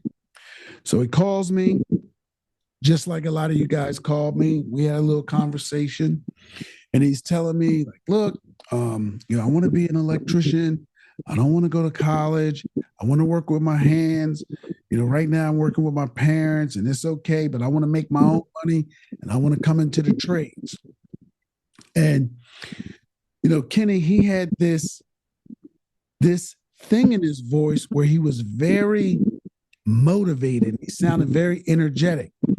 And, when you guys call, and we talk, like if you go on the website, you push the number and it connects you to me and we talk, one of the first things I do is I begin to screen you guys. And I know you guys might think I'm, goofy or whatever, but I start asking you personal questions. Well, where you live? How old are you? Do you have a driver's license? What's your zodiac sign? This, that, and that. One, I'm building up a profile. And what I like to do is certain people, when they contact me, some of them, even though they have not turned a screwdriver in the trade yet, they're ready to go. All right. And one of the things that I do to filter and process people, through the taia-school system is if you call me and you tell me that you're ready to transition into the trade, and I got my driver's license, I have access to my parents' car, I can be anywhere at any given time. Okay, meet me right now. So as I'm talking to Tristan, he's motivated, he's got this and that. I said, look, and we're talking in the morning. Let's say he called me at like 7:30, 8 o'clock in the morning. So he calls me, I'm screening him, I'm telling him about the trade. So what are you doing today? Well, I'm not doing anything. I said, well, look, here's the address. Why don't you come right out right now so we can meet and speak in person? She's like, okay, Harry, I'll come right now. So he got on his bike and he biked from somewhere in South Philly by Washington Avenue all the way to like 63rd and Elmwood Avenue where this house is. So, he shows up, he's on his bike, very polite kid, very like diplomatic. So I said, well, come on in. I had a couple other students working in there and, he shows up with boots. Like he was ready to go, never been in the trades before, but he was organized. Comes out and I said, well, look, just hang out, take everything in. We're putting in a 300 service today. If you want to, help out a little bit, fine. So my job is to observe, make sure everybody's, stays safe or whatever. And I'm giving him instructions and everything I tell him to do. He pulls out this little notepad and he starts writing notes. I said, well, what's that? He said, well, I like to be organized. I want to remember everything that, you're telling me to do. And, I want to make sure I get it right. So he's with me the whole day. We get a couple hours in, and this kid is literally following every single instruction I'm giving him, and he's doing it with precision. So I said, you know what? How'd you like to tie in a service today? Right? Never done it before. Never, he's never been on a construction job site. He's like, well, Harry, if that's what you want me to do. And now this is a calculated risk. So I say, here, put these gloves on or whatever. And I put a GoPro on him just like I did you, Sophie, today. I said, I need you to follow my specific instructions. Do not deviate. We set the ladder up. I sent him up there. I said, do this. We're going to take one wire at a time. We're going to take this off. We're going to do that. He did it with precision. This is his first time on a construction job site, and this kid's tying in a 300 amp single phase service. So he's up there. I said, I can't believe it. I said, this guy, he's like a little G. And it's not, that, he's some kind of rocket scientist or something like that. But he was very patient and he listened to every word I said. This is a picture of him 4 hours with me. He's tying in a 300 amp service to this house.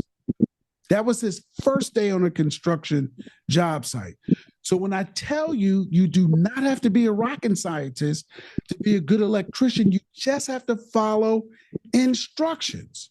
And what I'm doing with you guys is I'm just grooming you for what you should expect from a company that may hire you. So when you look at this picture, for people that'll land on the website, they might think he was with me 6 months or something like that. This is like 4 hours in. So, he enrolled, I kind of jump-started him early. And as of now, he's working for a company in Norristown called U.S. Global Lighting. He's doing lighting retrofits, solar installs. The company that I sent him to needed some apprentices, so he actually started working full time, maybe around, halfway through the semester. I seen him maybe once or twice in about a year. He came to the Electric Expo with his boss and his company, and then one day I visited them on a job site. But he is the perfect example of following instructions. So Stephen, it's not hard. It's not that it's hard. There's a specific process in sequence that you have to follow. And to me, it doesn't matter whether you're 2 weeks in or 6 months in or whatever, you just have to follow instructions. That's all it is. All right. And if you're working on wires like that, you'll notice in the picture he's handling one wire at a time. And the gloves are past his wrist to protect him from coming in contact with 2 conductors at the same time. So Stephen got shocked because as you're working in between those 2 wires, you have to stay isolated. All right. And in the event that, let's just say you take the gloves off of Tristan in this picture and he's working on one wire, but his wrist comes in contact with one of those other conductors, electricity will flow from one hand all the way through the conductive material and through his wrist. And you become part of the circuit. And whatever that circuit voltage is, it'll run through you. And then there's also current, amps, flowing through those 2 wires. So if you complete the circuit, if there's 85 amps running through that circuit, or like in this particular case, we were working towards the end of the block. If he came in contact with both of those wires simultaneously, all of the amps flowing through that entire block from where he's at to the other end would flow from his hand through that material through to his wrist. So if it's 100 amps or 200 amps, now he has voltage overtaking his muscular system and amps. And when the current starts to flow through your body, it can cook your organs. All right. It can literally cook your skin based on where you are making contact. So this is a perfect illustration of one, how to stay safe. And, linemen, the Pico workers, when they're working on this stuff, they have to wear even more gear because if it arcs or if it sparks, it can ignite your clothes. All right. And I want to show you guys a video of, like an extreme case of a arc flash. And it's these linemen that are acting crazy in this video. And they probably should have been like fired immediately.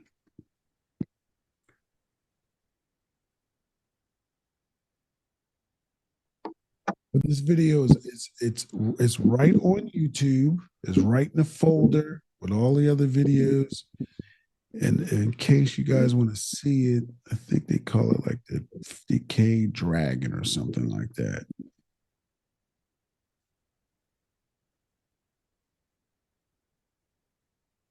There we go right here.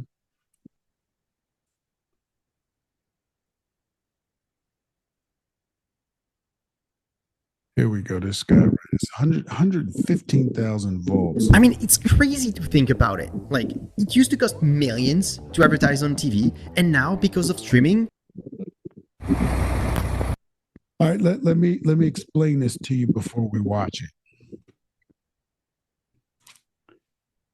All right, these are lineman electricians. They're doing maintenance, or maybe they're taking out a circuit because they have to repair it downstream. I want you guys to watch this, and then I want you to identify for me, even as novices, like you guys are just starting, there are some things that this guy is doing wrong. I don't know if this is a private company or if this is a utility company, but this guy he's reckless, and this is off the hook. Check this out. The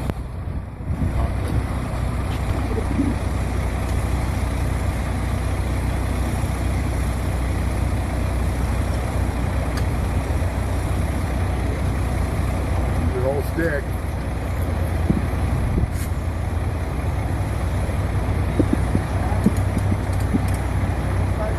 Go upward with it.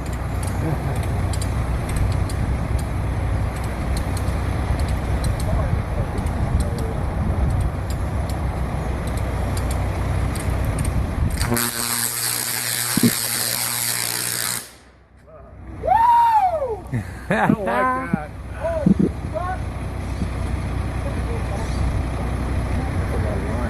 Yeah. You gotta Again.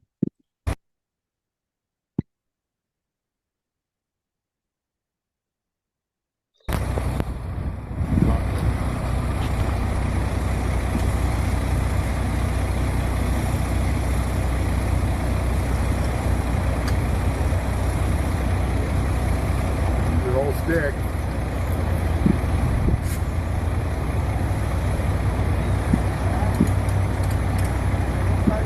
Go upward with it.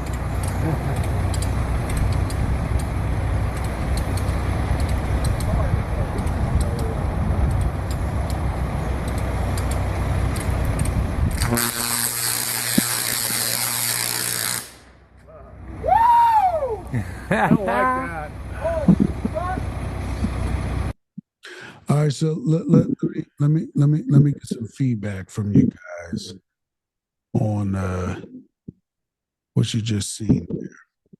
All right, so first of all, tell me about what you notice wrong. I know you guys are just starting out. You're not lineman workers, but there's some things that are obvious. What's obvious? What did this guy do wrong?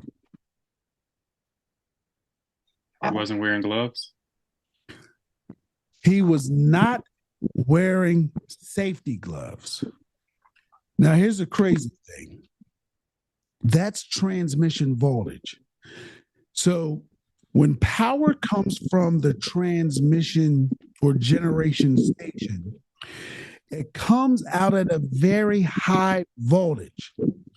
Let's just say like 100,000 volts. The reason voltage comes out really high is because it has to travel long distances. So think about it. For the most part, if you live in Philly, our electrical power comes from South Philly. There's a generation station on Christian Street, right where Gray's Ferry meets Washington Avenue. There's an underpass, there's a bridge. Right on the other side of that bridge is Christian Street. There's a huge Pico plant there. That's where they make power. Power comes from there and goes all the way across the city. So how many houses or businesses have to be fed if you go from Christian Street all the way to like 5th and Lehigh Avenue in North Philly? How many properties and businesses have to be fed, right? Thousands. So in order to achieve that, the utility company sends the power out very high. They send it into neighborhoods where they put substations, and that's where the voltage is so bucked down. That's where it's bucked down. So they'll send the power out really high. It gets to the vicinity where they want to provide power. They step it down, then they send it out again, and this time they might send it out at like 13,000 volts. Then they'll send it through a neighborhood, and then they'll drop it down to other transformers that are stepping it down again before it gets to your house.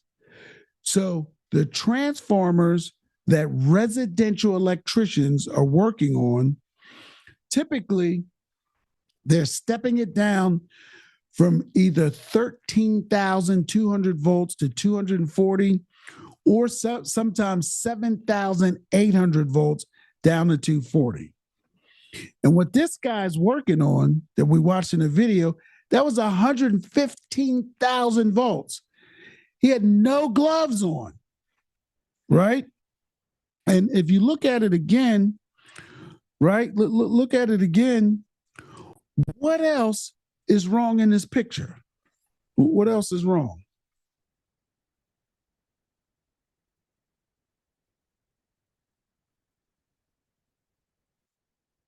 Throw it out there. What else is wrong? What do you see that's missing? Can you tell?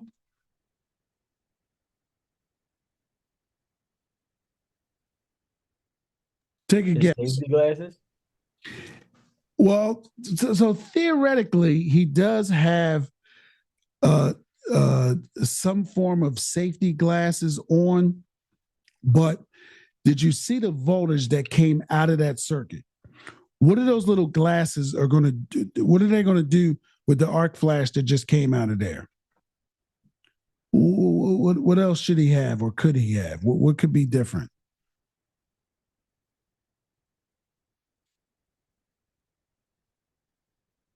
Take a wild guess.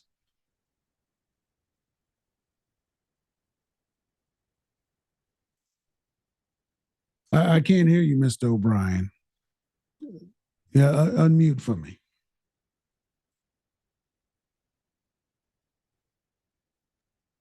A face shield. He does not have on any arc flash gear. There should be something covering his entire face. He does not have it on. When you get to voltage levels of transmission voltage, and what I mean by transmission is the voltage levels that are powering neighborhoods and regions and large areas. Voltage can leap through the air. It can actually use the moisture in the air as a conductor and leap. Now, this guy, if you notice, he was facing his work. That voltage level, it could have jumped right on his beard and incinerated his face. He's a wild man. No arc flash gear, no gloves, right? Now, he is using insulated hot sticks. That's probably about the only thing he did, right? But those are non-conductive tools that allow them to manipulate energized conductors and equipment. But that voltage could have cooked him like a piece of bacon. If you are working on any Pico lines, PP&L or Delmarva, PSE&G, Dominion Power, there are no fuses or circuit breakers to protect you. If you create a short circuit, that power is going to keep coming. Now, what it may do, depending on the types of transformers that they use, it may cut out for a second, right? But that is the transformer giving the electrical lines time to clear whatever fault it is. Let's just say a tree falls on a line and it shorts the two wires out. And, you hear that loud burst where it's, wah, wah, wah. There's no fuse. What it'll do is the transformer feeding that, it may cut out for a second. But in about 5 minutes, it's going to drop back in again.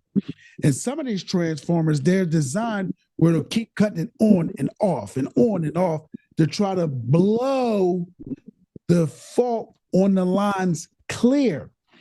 Because what these utility companies, what they try to avoid is having significant outages to put a lot of people in situations where they don't have power. So they're not designed to protect electrical workers or electricians working on those lines. The power is going to keep coming. If you create a short circuit or if you come in contact with those two lines, there's nothing to save you. That's why you have to wear your proper PPE, your electrical safety gear, whenever you're working on the line side, or no fuses, right? So if you see like a SEPTA bus hit a Pico line and the pole falls down and there's a transformer on there and there's lines feeding that transformer and it's arcing, it is literally going to arc until someone from the utility company physically comes and disconnects the circuit. All right. I'm going to show you guys another example of that. And always keep this in mind if you're working around a meter socket or you're doing some kind of work around a roof where there are electrical lines, there's no protection. All right. No protection.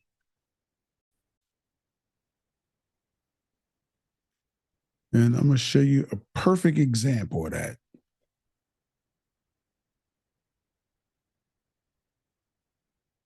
Perfect example. Okay, if you're someone who uses a CPA to save money on taxes, listen up. Has your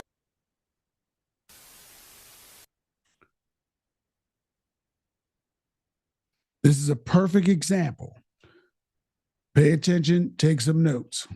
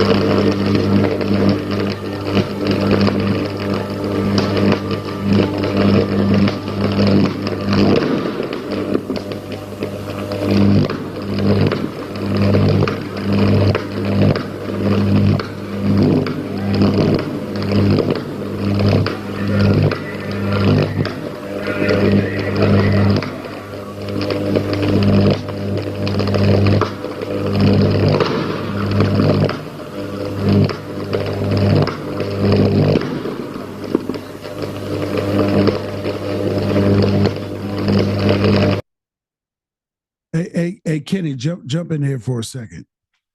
Now, you're looking like you expected something to change or something to transpire at this point in time in this accident. I can't really see what it is. I can't even see what that is that's touching the wire. All right, look, just keep watching.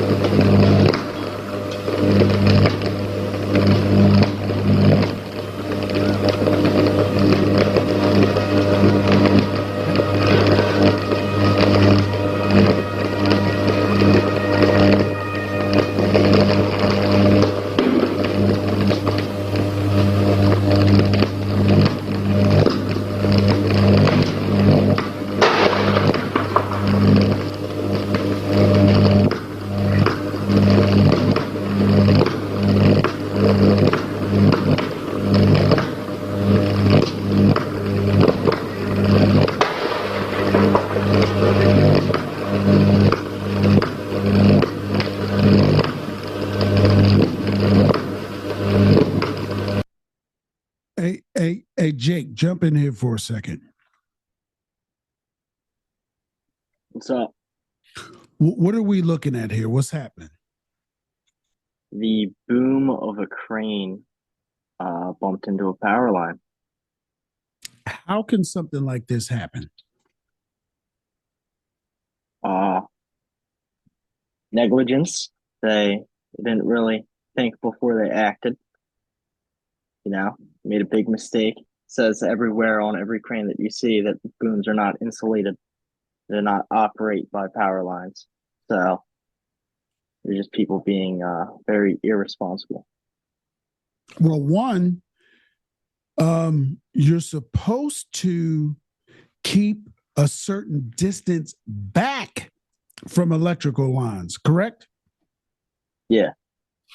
Now, do they now you guys bring in a subcontractor, you guys bring in a Thackeray, but do they teach you guys distances and clearances around electrical lines at your company since you guys are on roofs? Did they ever talk about clearances and distances?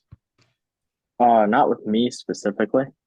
Thackeray normally handles all of that. Thackeray will go out, you know, the day before or 2 days before with the foreman that's going to be on site, and they'll scout everything out. They get it down to like the precise location of where the actual crane is going to be, and every single time it's nowhere near power lines. High voltage can leap once you get to a certain level. It can leap through the air. Whoever decided that they were going to operate this crane, I'm assuming they didn't have a spotter like you. Because why in the world would you lift up a huge boom in a neighborhood where there are high voltage electrical lines, right?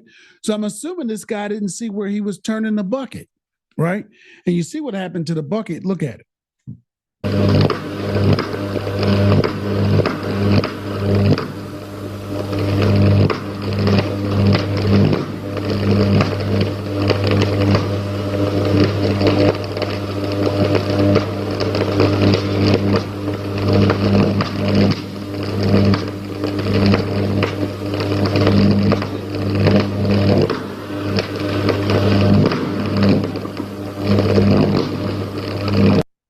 Now, what do you notice that is not happening in this video? What's not happening?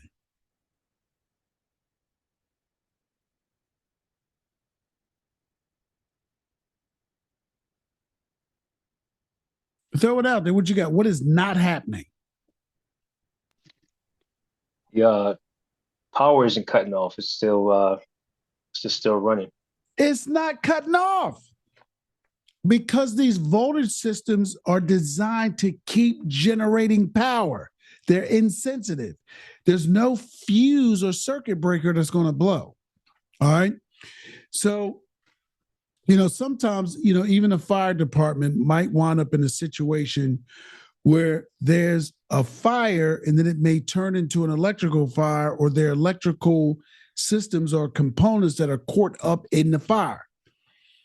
They can't do anything until Pico shows up and they have to manually disconnect the transformer from the circuit.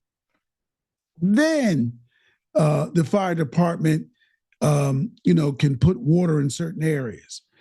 But if you are a residential electrician or commercial electrician and you're working on the line side, utility company conductors, this is the potential that you have. So you have to make sure that you have all your proper safety gear. You have to always make sure that you're isolated. All right. You can only work on one conductor at a time. And as we continue to read the safety manual, even the gear that these guys use, it has to be tested every day before they go out. Keep watching this video. Watch what happens.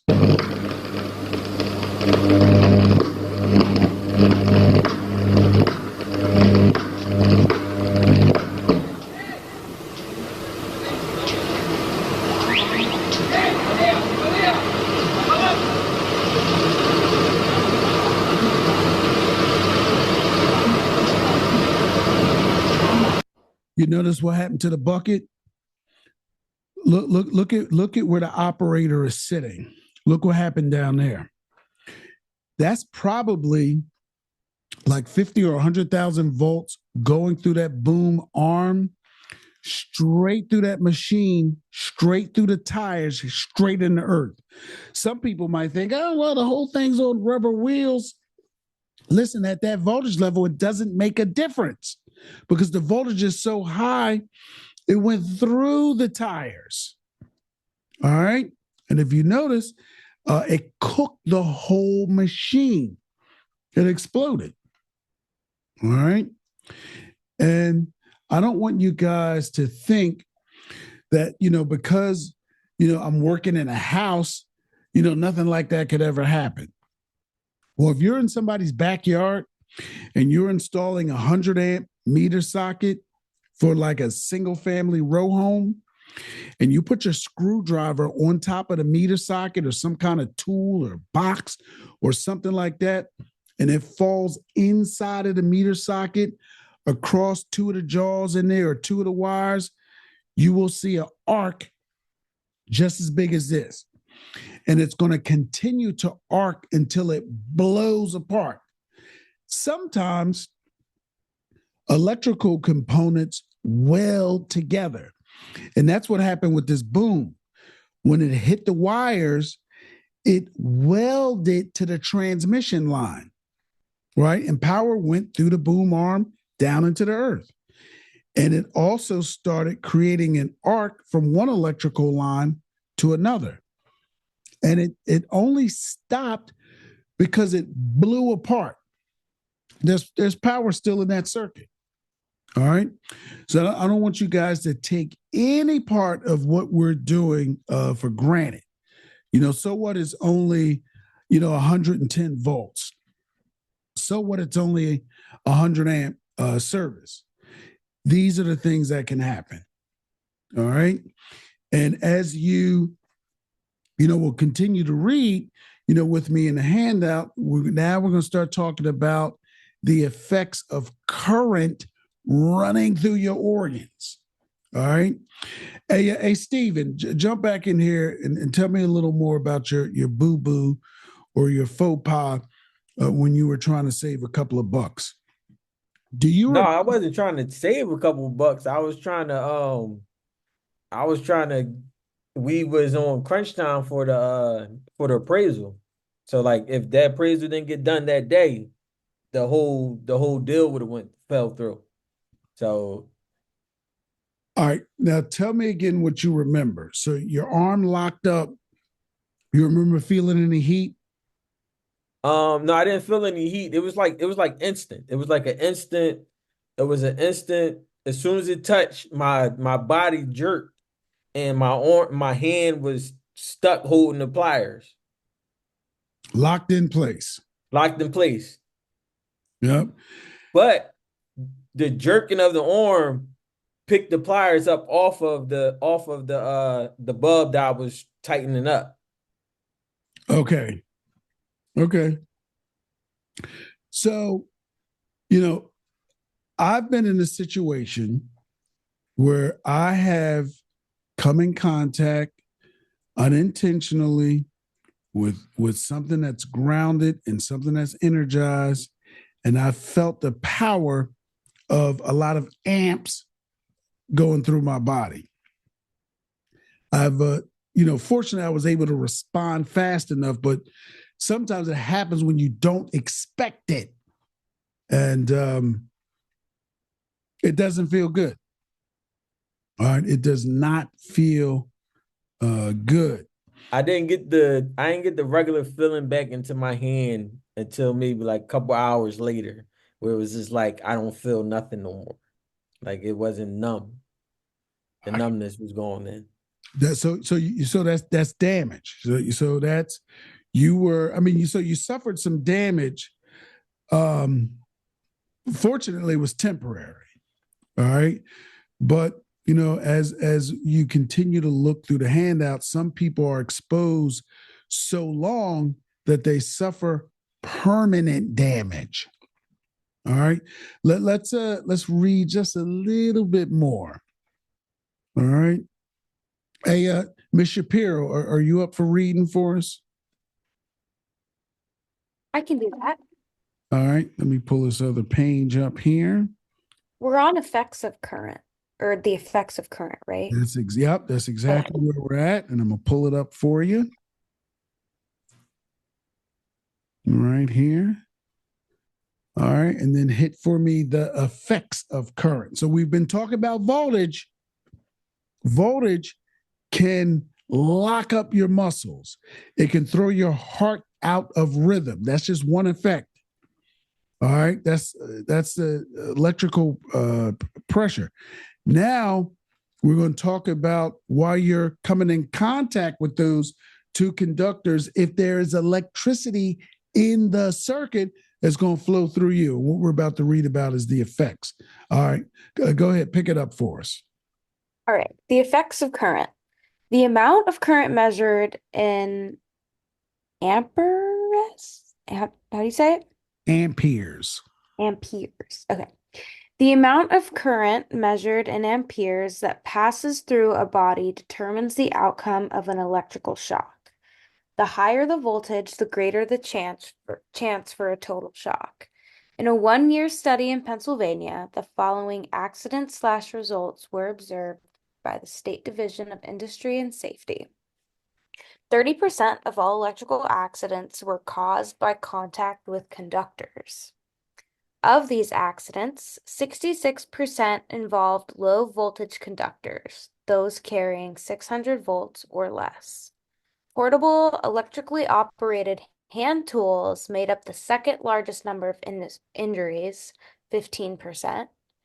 Almost 70% of these injuries happened when a frame or case of the tool became energized. Most injuries can be prevented by the following proper safety practices, such as using properly maintained grounded or double insulated/ungrounded tools, and using ground fault circuit interrupters, GFCI protection. In one 10-year study, investigators found 9,766 electrical injuries in the U.S., a little more than 13% of the high voltage injuries over 600 volts resulted in death. These high voltage totals included limited amperage contacts, which are often found within electronic equipment. When tools or equipment touch high voltage overhead lines, the chance that a resulting injury will be fatal climbs to 28%. Of the low voltage injuries, 1.4% were fatal. These statistics are included to help you gain respect for the environment where you work and to stress how important safe working habits really are. Electrocution versus shock. Why can a bird perch safely on an electric wire? Squirrels are a common cause of shorts at substations. Why does a squirrel get electrocuted when a bird does not? The bird is safe because it does not provide a path to the ground. The squirrel does provide a path to the ground when its body contacts both the pole and the wire as it attempts to get up onto the wire.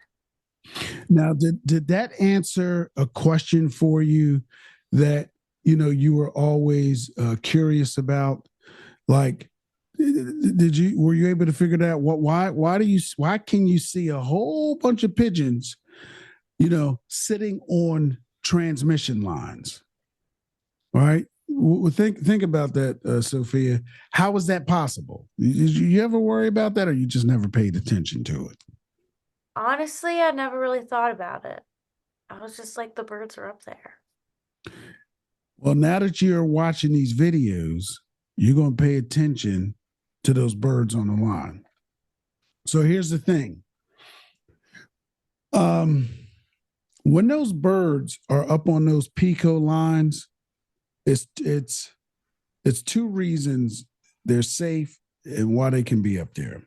One, sometimes these birds are sitting on insulated lines. So they're sitting up there and the line may have a rubber coating on it. So when they're sitting on it, they're not coming in direct contact with the energized transmission line. Then in some cases, you will see birds sitting on a uninsulated transmission line. They'll be sitting up there in groups. They are not being electrocuted because the voltage that's running through that line, they are part of the circuit, but the voltage isn't leaving their little bird bodies. So that means if I go out here outside of my apartment and I see some birds sitting on a Pico transmission line with no insulation, if the bird wouldn't move, if I went and got my stick meter, my digital, not my, there's something that we're going to talk about. There's something we're going to talk about when we get to electrical tools. Let me show you. Let me show you what it looks like. There's a tool that we're going to talk about in electrical safety. It's called a non-contact voltage tester. What that means is you can read voltage through insulation, or you don't have to physically touch the energized part. So it's called a NCV tester. It's these little things that look like pins. And I always keep one of these in my tool bag. And what this thing does, it can read voltage through rubber or paper or plastic. It senses it. You do not have to physically touch the electrical wire or the bus bar. This sensor can pick up the magnetism coming from the electrical wire. I'm going to give you an electrical theory tidbit. Whenever you apply voltage to an electrical conductor or a piece of equipment, the magnetism flowing through that conductor, it radiates at the frequency that is being generated. So you can't physically see it with your eyes, but as soon as you apply voltage and voltage starts flowing through it, there's this pulse around the wire. And this stick meter can pick that up. You don't even have to touch the wire. As soon as you put it near it, it'll light up and beep, beep, beep, beep, beep. That means voltage is flowing through it. In this particular tester, I have some of these in the taia-school van and trailer. This can read from 50 volts all the way up to 1,000 volts AC. So my whole point is, you take these birds that are sitting on these Pico lines. If I turn this tester on and put it near one of those birds, it'll pick up voltage. Because the bird is a part of the circuit, but voltage isn't flowing through them. It's just present. And because it's not flowing through them, it's not overtaking their muscular systems. So when Stephen was trying to tie in that service, he came in contact with two conductors at the same time. So he gave voltage a path to enter and leave his body. But with the birds, they're probably sitting on 7,800 volts, or maybe they're sitting on 240, right? Uninsulated, but it's not flowing through them. It's present in their body. The second that that bird touches another wire or a piece of metal or anything that'll give that voltage a path to go into the earth, it'll cook them. All right. And that's one of the main things you need to understand about current flow and voltage and electrical safety. You always need to stay isolated. All right. And that's why the birds can do it. All right. You know, that is why sometimes you may see electricians working without gloves. Literally, they might be tying a building in, but they're doing it isolated. They're only working on one wire at a time. So while they're working on that wire, if you put this meter on their arm or on their leg or something, you'll pick up some voltage, but it's not flowing. All right. And I don't know if anybody has done any studies with the effects of voltage on a body that isn't flowing, but your body responds based on your mass and your density. All right. And that's something that, we'll continue to read in the handout. Your, your weight, your density, it makes a difference, because if you have more weight and mass, technically that's a little more resistance to the voltage. If you have less mass and less density, then you're going to be more sensitive. All right. So in other words, the effects of voltage on Sophie will be different than me, because I'm taller, I weigh more, I have more mass and density. You put the same amount of voltage on Sophie, it might be the effects might be stronger. Even the thickness of your skin matters, because the top layer of your skin, right, that dictates how much voltage or current can flow through it. You have thicker skin, you have those, rough, truck driving hands. Technically, you're a little more insulated. All right. And all of these things, matter, when you're working in the field. All right. All right. We're a couple of minutes past 9 o'clock. You guys throw out some questions, because we're gonna do like an intro. I might play another video and then we out of here. All right. Hit me up with some questions. What you guys got? Floor is all yours.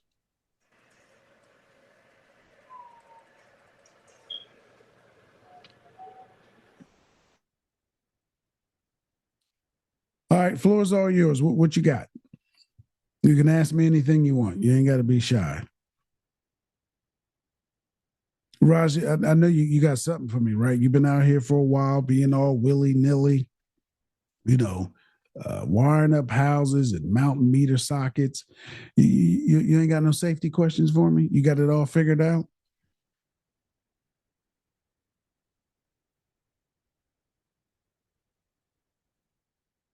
Roz, I can't hear you.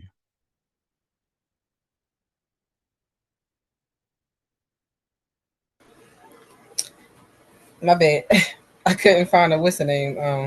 No, I just really want to see it in person. Like I told you, I've literally laced it, weatherhead, all of it, just physically never connected. So it's like the fear of just connecting it, I guess with the proper gloves and equipment. Rise, don't do it, Rise. Don't do it. I trust Harry.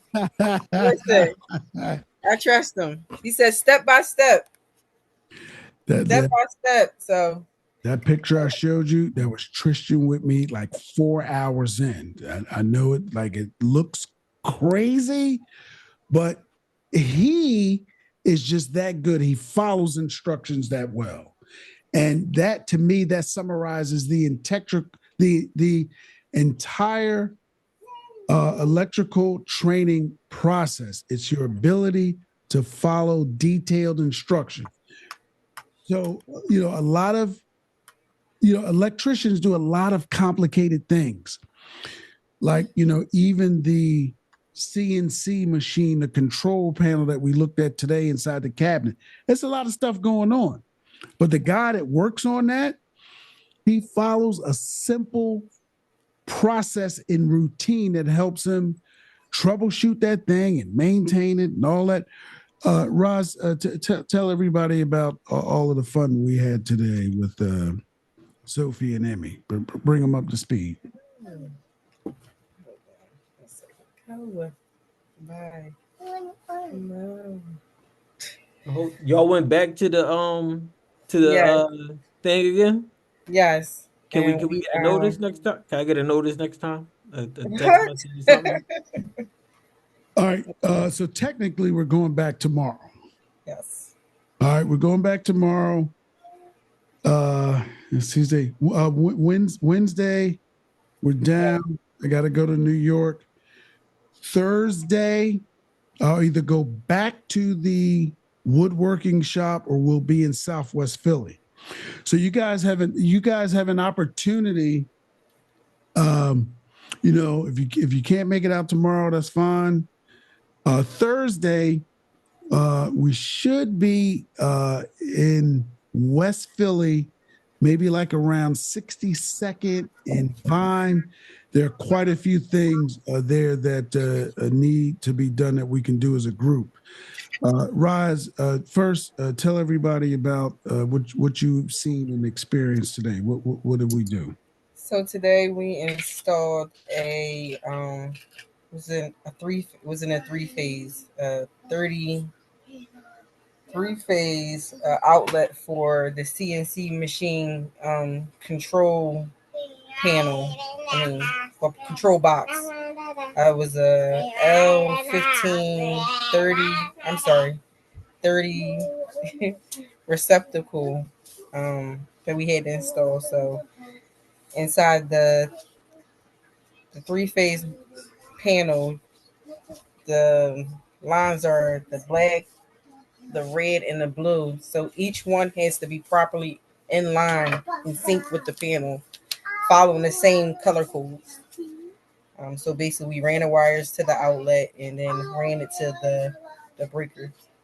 All right, let me see if I can send this picture to myself. Hold on for a second. I can show you guys what we were physically working on.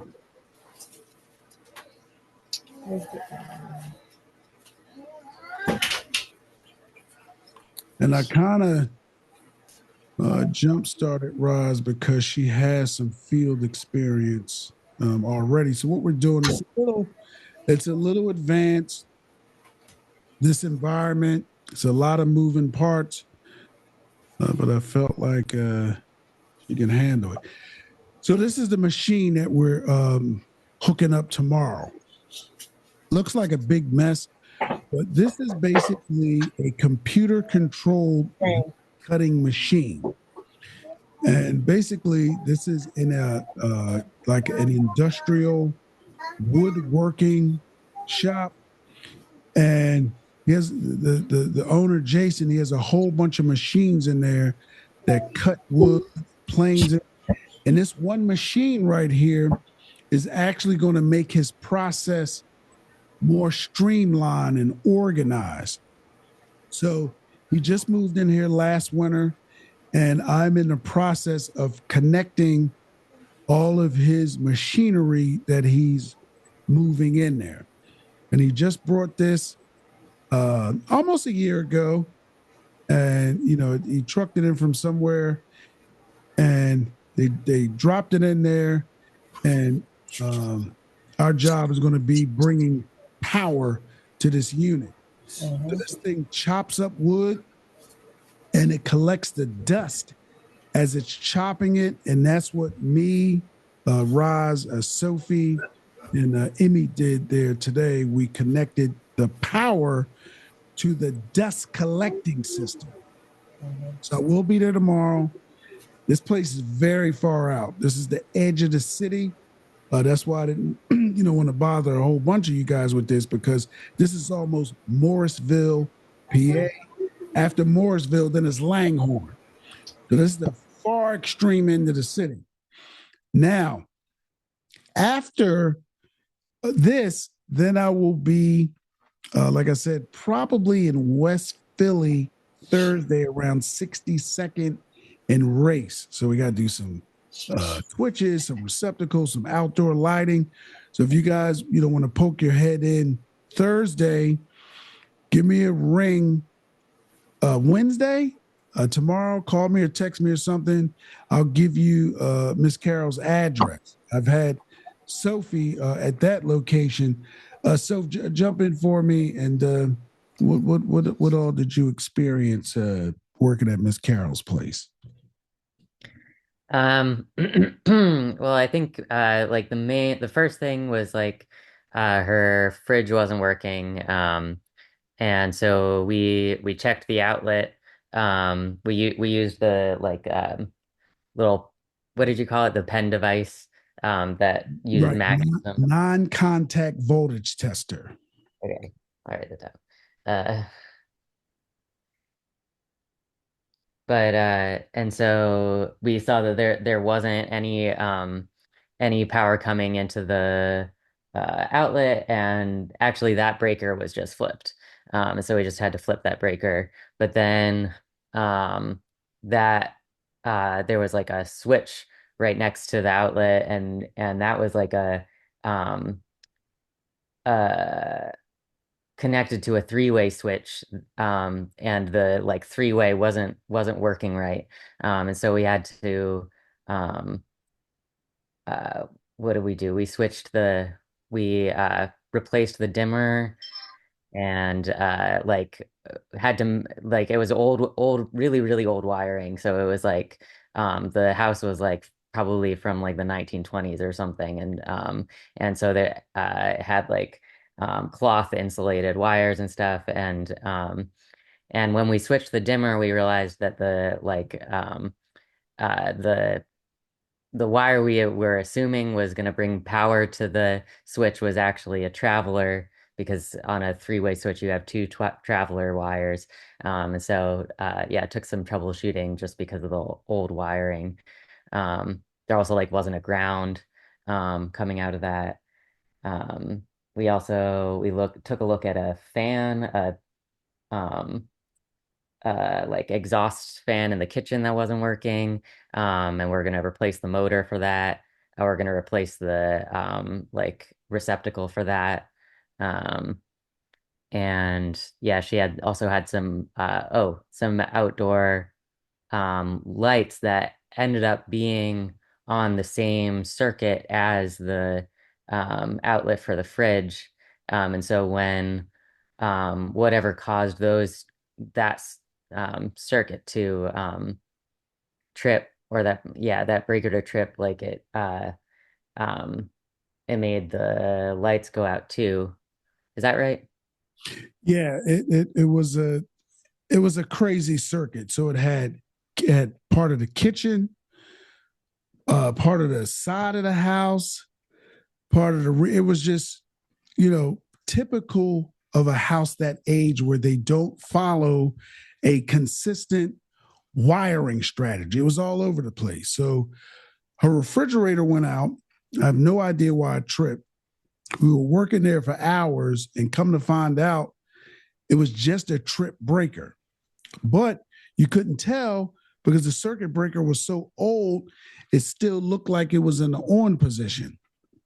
But I probably should have started there first, but we had to like do a couple things and backtrack it. And what Miss Carol did while we were working there is typical. And I told you guys this. We're there for like one or two things, and now all of a sudden it's splintering into 6 different things. And that's going to happen because it's very hard for people to find electricians, specifically good ones. So they'll call you for one thing, and then as soon as you get going on something, oh, that's not working, or that's not working, or that's not working. And it, winds up supposed to be a day, winds up being like, 2-3 days.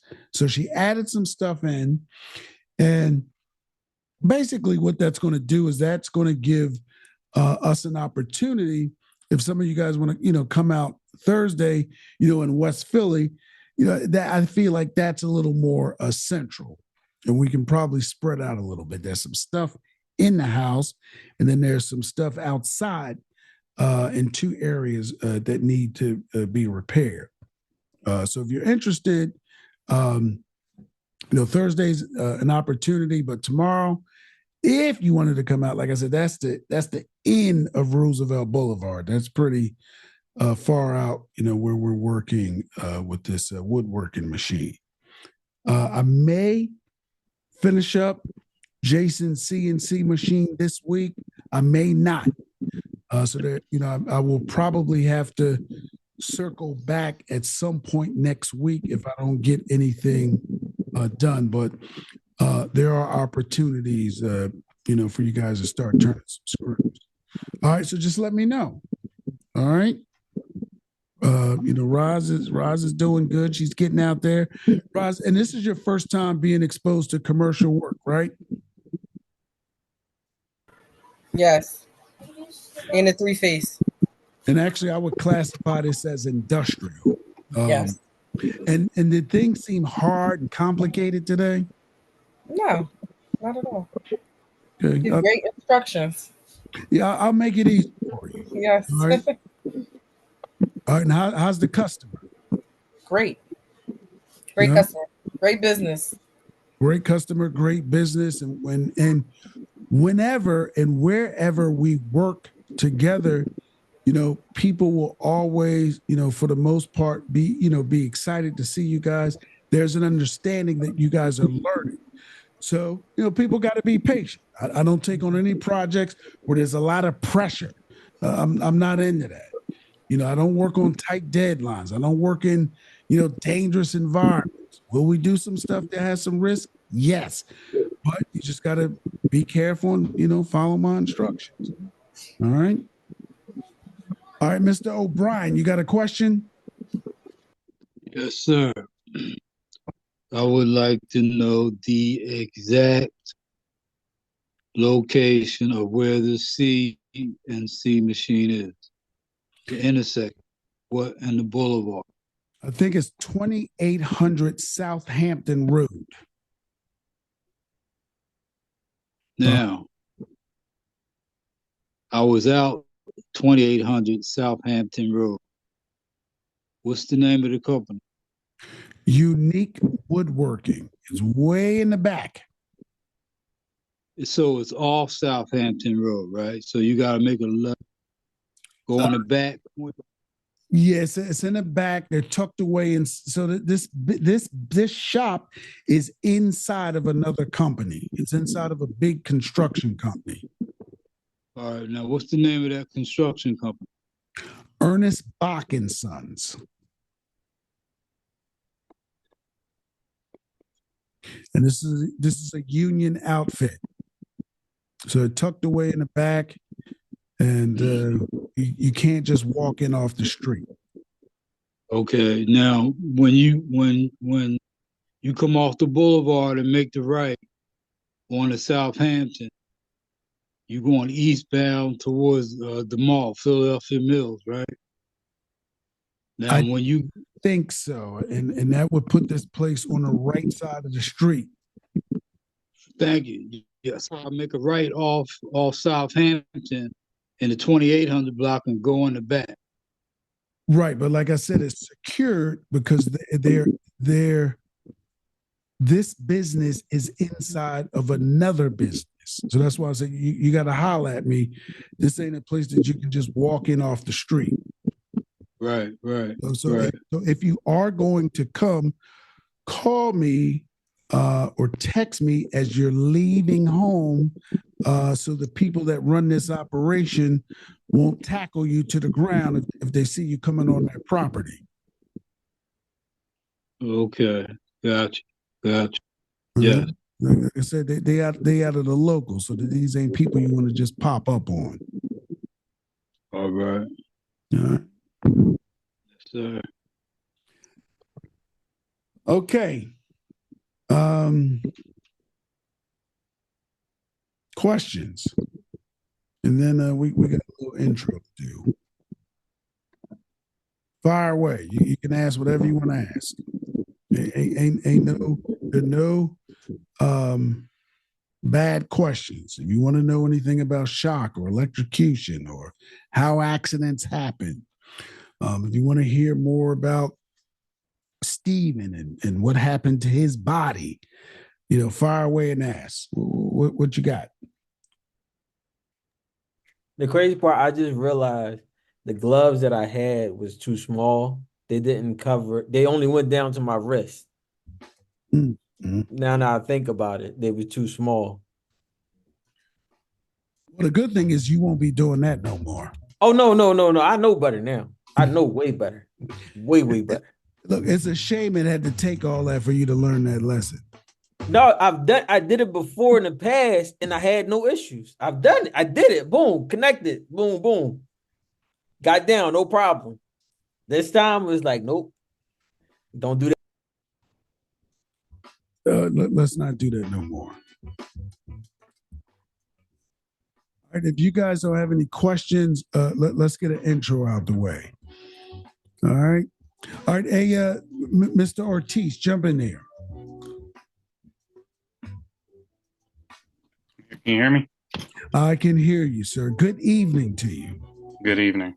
You've been very patient. I see you've been paying attention, taking your little notes. It looks like you've been writing stuff down. Yeah. All right. Introduce yourself to the class. You got to tell them all your business. All my business. All right. Your business, and then you can give them a little history on me and you and us. All right, because you were right there at the beginning. Yes. So my name is Brandon Ortiz. I started with Harold about, I would say, 4 years ago. Actually, at more than 4. Because more than 4? We're 2 years out of the pandemic. Okay. Right. We're 2 years out of the pandemic. And then you were like way before the pandemic. Yeah, I might have been way before the pandemic. You might be right. Yeah. I think 2018. I think it might have been 2018. Yes. Yeah, but I was in between a couple jobs and I was getting my personal trainer license. So I didn't know, that's why I kind of stopped coming to class. So you were focused on the physique of women. All right, let's just put it out there. All right, instead of turning screws, you wanted to make sure that the sisters got in shape, right? Not lying. You're not lying. All right, go ahead. Finish telling the truth. And I quit that job. I started doing. I started working for Penn Medicine, and they tried to force me to get the vaccine, so I quit there too. But my dad's an electrician, so I've been going on jobs with him sometimes, and I just never got my license to become an electrician. And he's always telling me to get it so I can make his life easier, and he could just send me on jobs, and I wouldn't have to go, through him. His father is an amazing person. Let's just put it out there like that. Yeah, that's true. Eugene Brown. He is a retired Pico engineer. So he was. I met Gene when I was a full-time contractor running around the streets of Philly in the suburbs. If you're an electrician, and let's just say someone builds a house or someone changes the characteristics of a building. Let's say they take it from a duplex and let's say they want to turn it into a pizza shop or something like that. The electrical characteristics of the building change. So sometimes you have to do something called a load increase.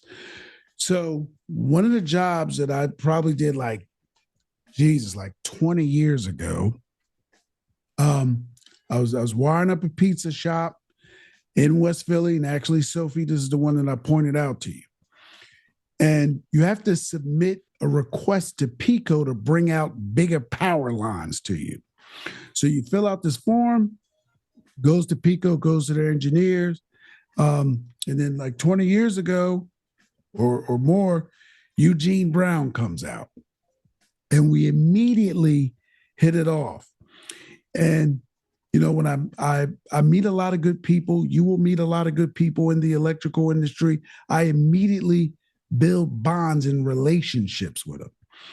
And, to make a long story short, when I left working for ABC and all these other schools that I used to work at, I decided to build the taia-school. And I literally built it from scratch. And Gene sent all his boys to one of the very first classes. And Brandon was with me at the beginning of my launch when I was in person at the Southwest CDC. So when you guys go on the website, you'll see an address for the taia-school. It says 6328 Pasco Avenue. That is where I physically used to be. And that's where Brandon and his brothers and friends were with me when I launched the program at that location. And it was a really, really good environment. Hey, Roz, guess what? Guess who was Brandon's classmate? Carl Bunch. Carl Bunch was in his class. Yep. And we had a good time. And everything was fine at that location until the pandemic. And literally, we were there. Wolf shut the state down, and I had to literally transition out of that classroom on the Zoom. It was a very bumpy process. It took a while, but I transitioned online, and ever since then, the program has grown. So, yeah, it's cool, when I was physically in a classroom, but this has been very, very convenient. And, I have students that, are from Ohio or Delaware, students from everywhere. And it's convenient. We ain't got to be out in the streets in the middle of the night. We can still do labs and hands-on and all that stuff. I like it better. And in 2 years that we were locked down, the program grew by leaps and bounds. So I do not ever plan to physically be 100% in a classroom again.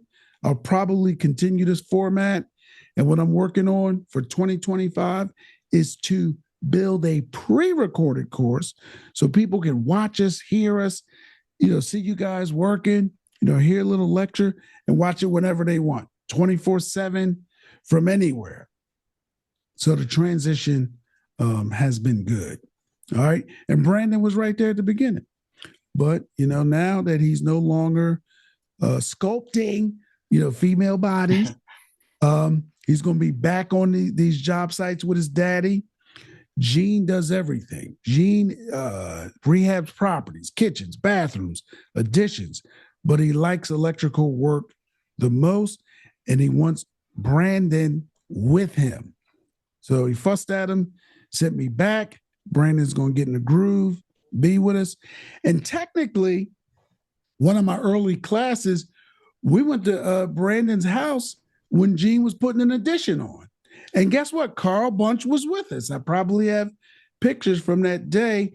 Gene invited the whole class to his house, and Gene don't care how many people I got in the class. He'd be like, bring them all, right? He's a really good guy, but he was with Pico for 40 years? Yep. 40 years he was with Pico. And he was the one that, kind of made sure that contractors like me got the power that we needed, for new installations. All right. So Brandon, welcome back. Make sure you log in on time, every day that we have class. So I don't have to snitch on you and call you daddy. All right. Thank goodness. He's got a plan for you. Yeah. So tell Pop we'll probably be back on one of his projects. Okay. Perfect. All right. Gene's a good dude. He'll feed us and all that good stuff. He'll always have work for you. Yes, he loves education the way I do. And he has good energy. So you guys are like meeting this Pop. All right. If you guys have any questions, if you don't have any, we can look at the front door, wrap it up, and we can get out of it. You guys have any questions? All right. If not, we're going to close it out. All right. Any questions? Hey, you don't have any questions? You're good. All right, Gil, you got any questions?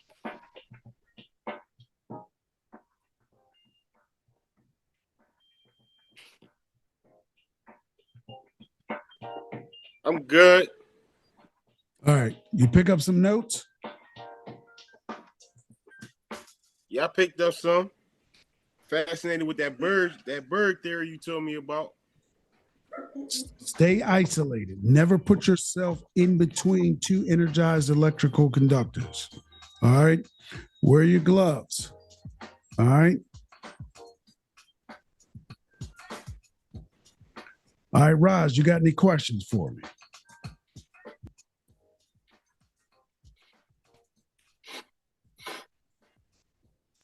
No, I'm all right. You're good. Ryan Bell, do you have any questions? All right, Ken. K Dizzle, you got any questions for me?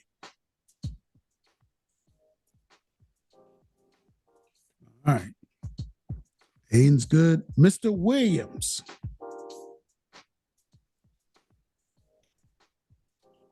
All good here. How are you? I'm good. How about you? I'm excellent. Do you have any questions for me? Nope.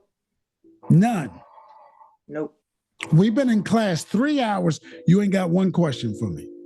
Nope. All right. All right. Are you going to come out this week? Are you going to come out next week? When you going to come out? Probably next week. Okay. All right. We'll probably be in West Philly or Southwest, so it won't be too far. All righty. All right. So, if you got any questions, you're good. Steven, you got any questions? Nope. You're good. All right. Mr. Holden, are you there? Do you have any questions? No, I guess he's gone. Wesley, do you have any questions? Where are you? Wesley Cummins, where are you? Are you there? Do you have any questions for me? We about to get out of here.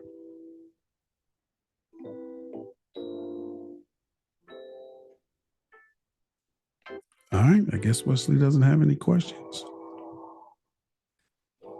All right, Gilbert, it is going to be your job to sign us out tonight. I don't know if you need to go drink some water or something like that, and clear your throat out. But you're going to send us off on our way tonight. All right. Hey, no, I'm good. I don't need nothing to drink. You don't need nothing to drink. You good. Yeah, I'm straight. All right, let me get you set up here. All right. All right. taia-school sign off Monday night, session 4.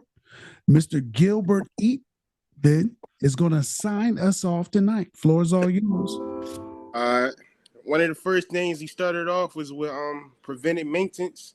That video you showed is about the people going in there trying to push the power cord down like Jurassic Park style.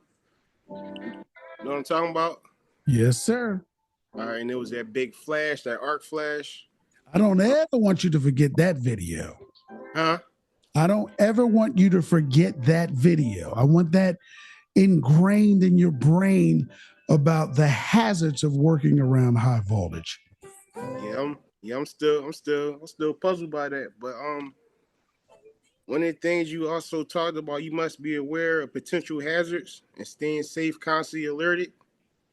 The most common hazards are falls when you working high, being crushed or struck by falling materials or equipment, electrical shocks, and art-related burns. This man was paying attention. Hey, those are type of exposures is like 90% of fatalities. So be aware of that. The human body also act as a conductor, like silver, copper, and steel. What else we go over?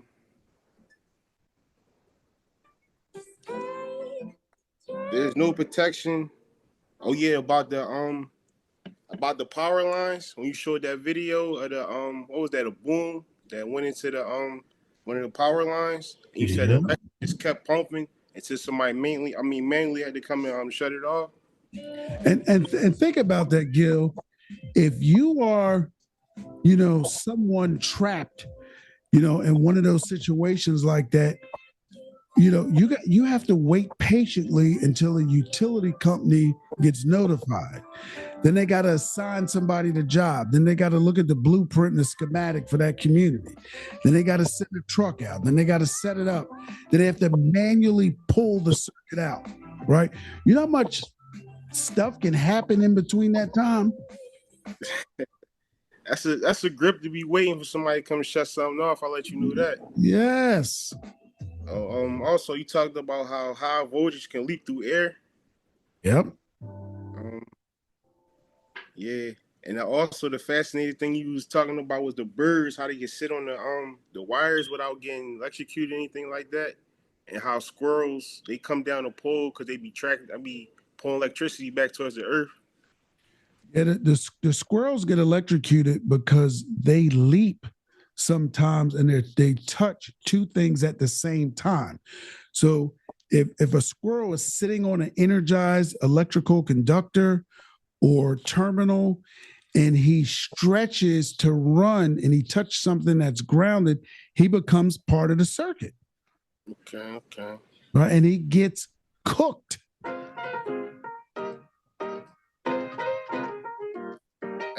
That's it on my notes. Took some good notes. Motivational. You probably don't listen to Jeezy, but since we talking about sky, he always say sky's the limit. The world is yours. Everything out there, go on your grind and get it. Gil, do you believe that? Yes, I do. That's one of the things you grinding. You can't never stop. Keep going to the top. Say it again. If you grinding, you can't stop. Keep going to the top. That is the main reason why we are all here together.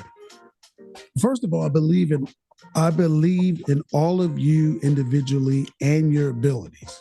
All right. Electricians will be around forever. You have selected a very, very smart and wise occupational path, or maybe you just want to pick up this trade. Electricians power everything. There would be nothing without us. There'd be no Wi-Fi, no Disney, no Netflix, no Market Frankfurt line, no Broad Street line, no refrigeration, no heat, no air conditioning. We literally power everything. We do some complicated things, right? The buildings that we wire up, the complicated equipment that we energize and power and make work. But you don't have to be a rocket scientist, right? You just have to follow basic instructions. And I'm telling you, keep logging in on Monday nights. I'll take you, week by week and a little deeper. And now we can slowly start transitioning in the hybrid mode. You guys come out. You'll see what Sophie's been experiencing, Roz, and then I'll start building up your hand skills. All right. And then, by the end of this course, you'll know how to put a few things in. You know how to speak a little bit of the language. You know how to stay safe. And then you can figure out what's next. All right. But, we're going to enjoy ourselves on the journey. All right. Hey, Gil, you did an excellent job. Hey, I got my Ocean 10 card, but they ain't talk about some of the stuff you're talking about today. Well, maybe I'm a little more thorough. See less. OSHA 10 is general. What we're talking about is more specific. All right. OSHA 10, they give you a little tiny bit about everything in construction. Digging, excavating, plumbing, electrical, carpentry. What we're doing is more specific. That's why it's more detailed. All right, guys, it was an absolute pleasure Some of you I will see tomorrow. Some of you I might see Thursday. Some of you I might just see Monday night at 6 o'clock. All right. Until then, peace. We out. Be safe. All right. Thank you. Thank you. Thank you. Hey, Roz, who's that being all newsy? My son. He's ready for me to lay down. He all checking us out. Good night. All right, I'll catch you tomorrow. All righty.